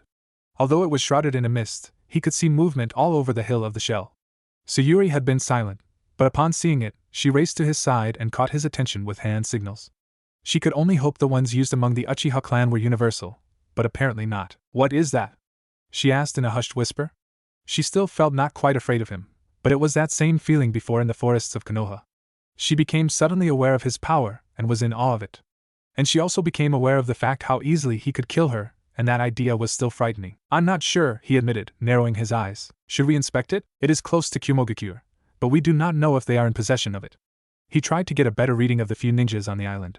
They were scattered in groups. I'll go take a quick scan and you continue on to Kumogakure. Stay hidden until. You are not leaving me behind again, she said quickly. Seeing as to how it turned out the last time, it is better if you stay back. What do you mean turn out? She repeated, her eyebrows pulled together.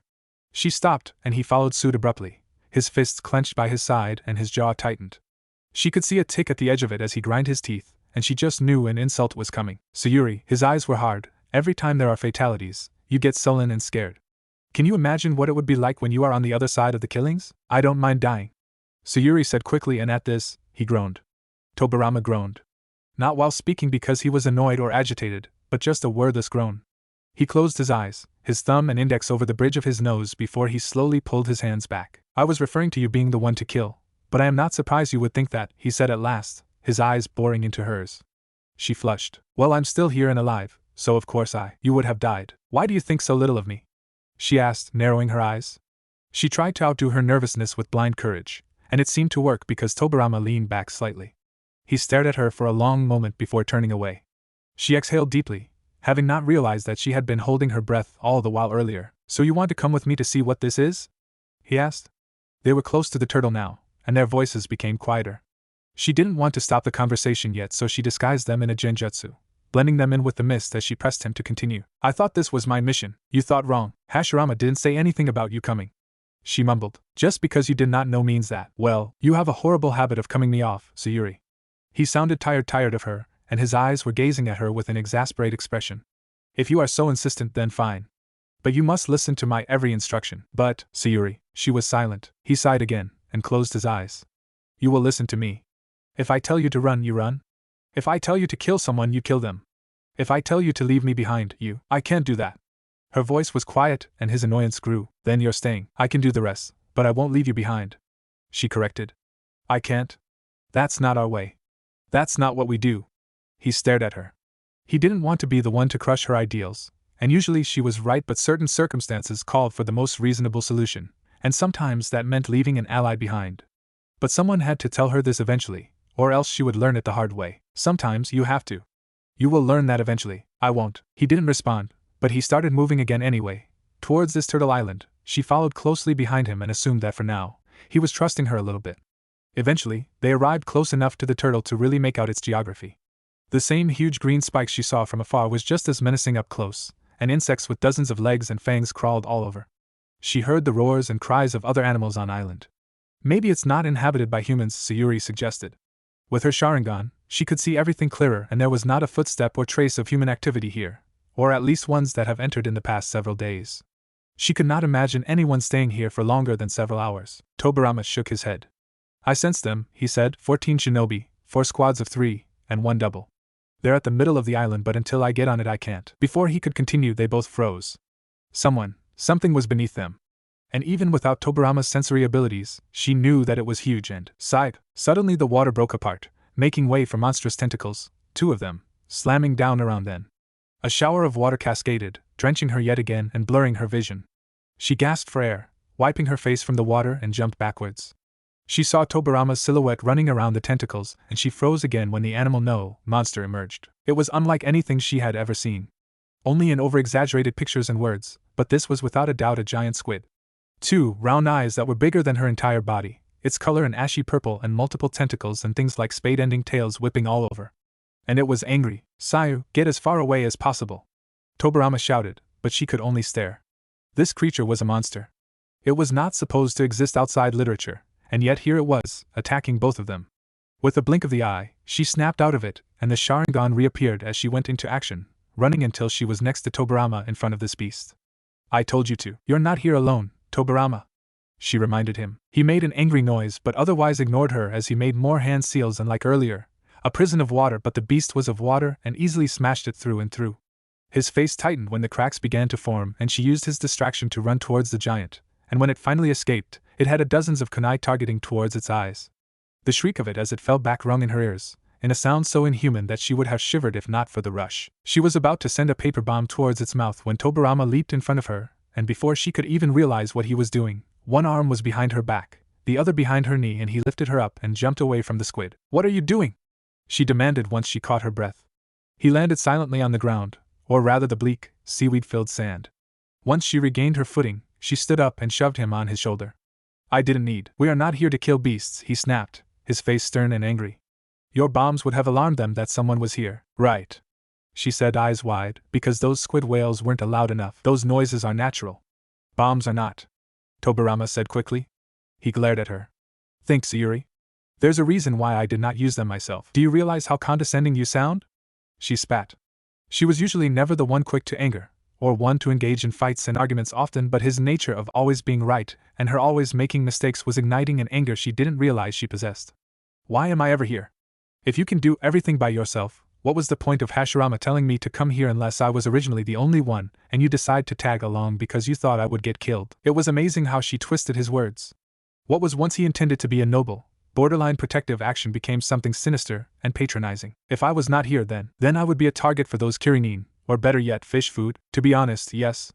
And his face was so passive, his voice so flat, and she knew that she should not be disappointed by his low expectations of her, and yet she was. She was sad that he thought of her so weak, even if it may be true. She wanted him to at least think that she would have a fighting chance, especially after her expansion into water release, her use of the Kekkei Genkai anything. She felt something drain out of her. Maybe you should just do this alone then. She was giving up. What was once important to her, finding out her mother's murderer, proving her worth, became less so now. Not under Tobirama's watchful gaze and scrutinizing eyes.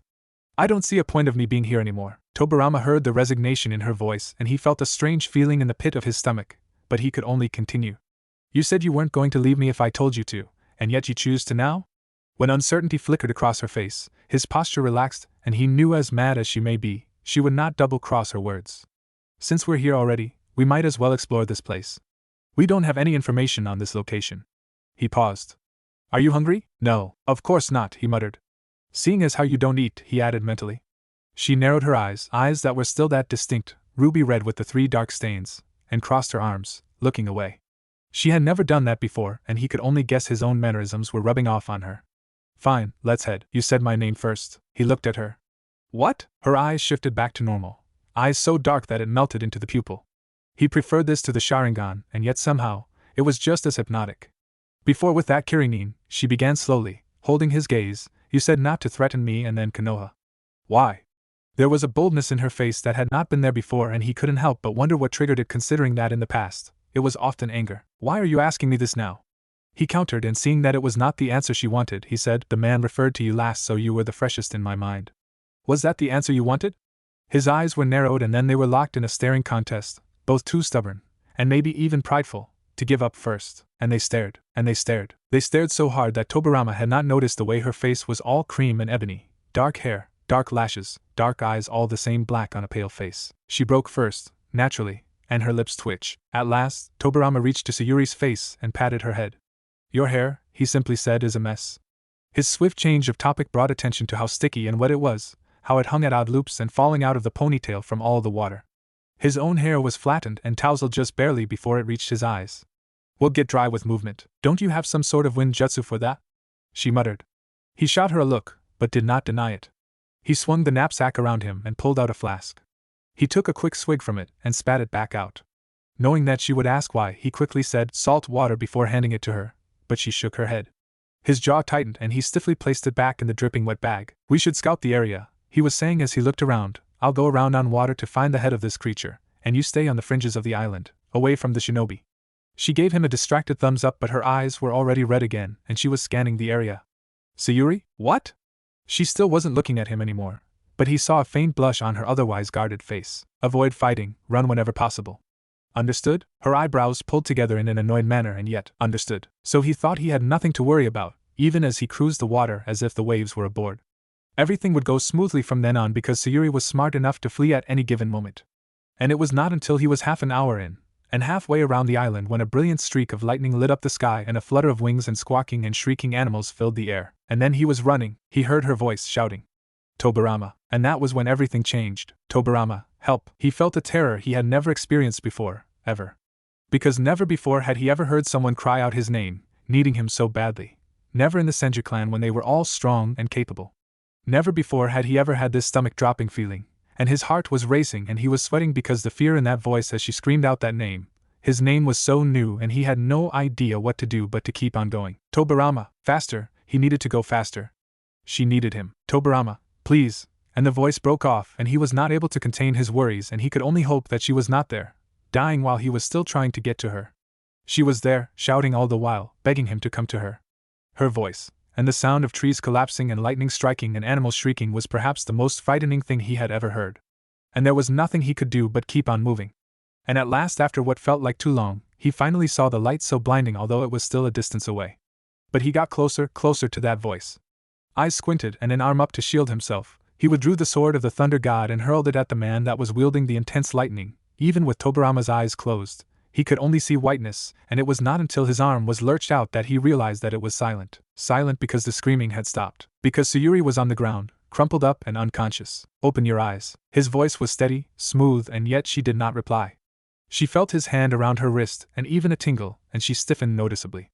He squeezed her hand, and although she was cringing, slowly she opened her eyes and he did not react. He did not allow a flicker of emotion or a change in breathing when he saw those stark black eyes now with a pale, almost white, stain on both pupil of her eyes.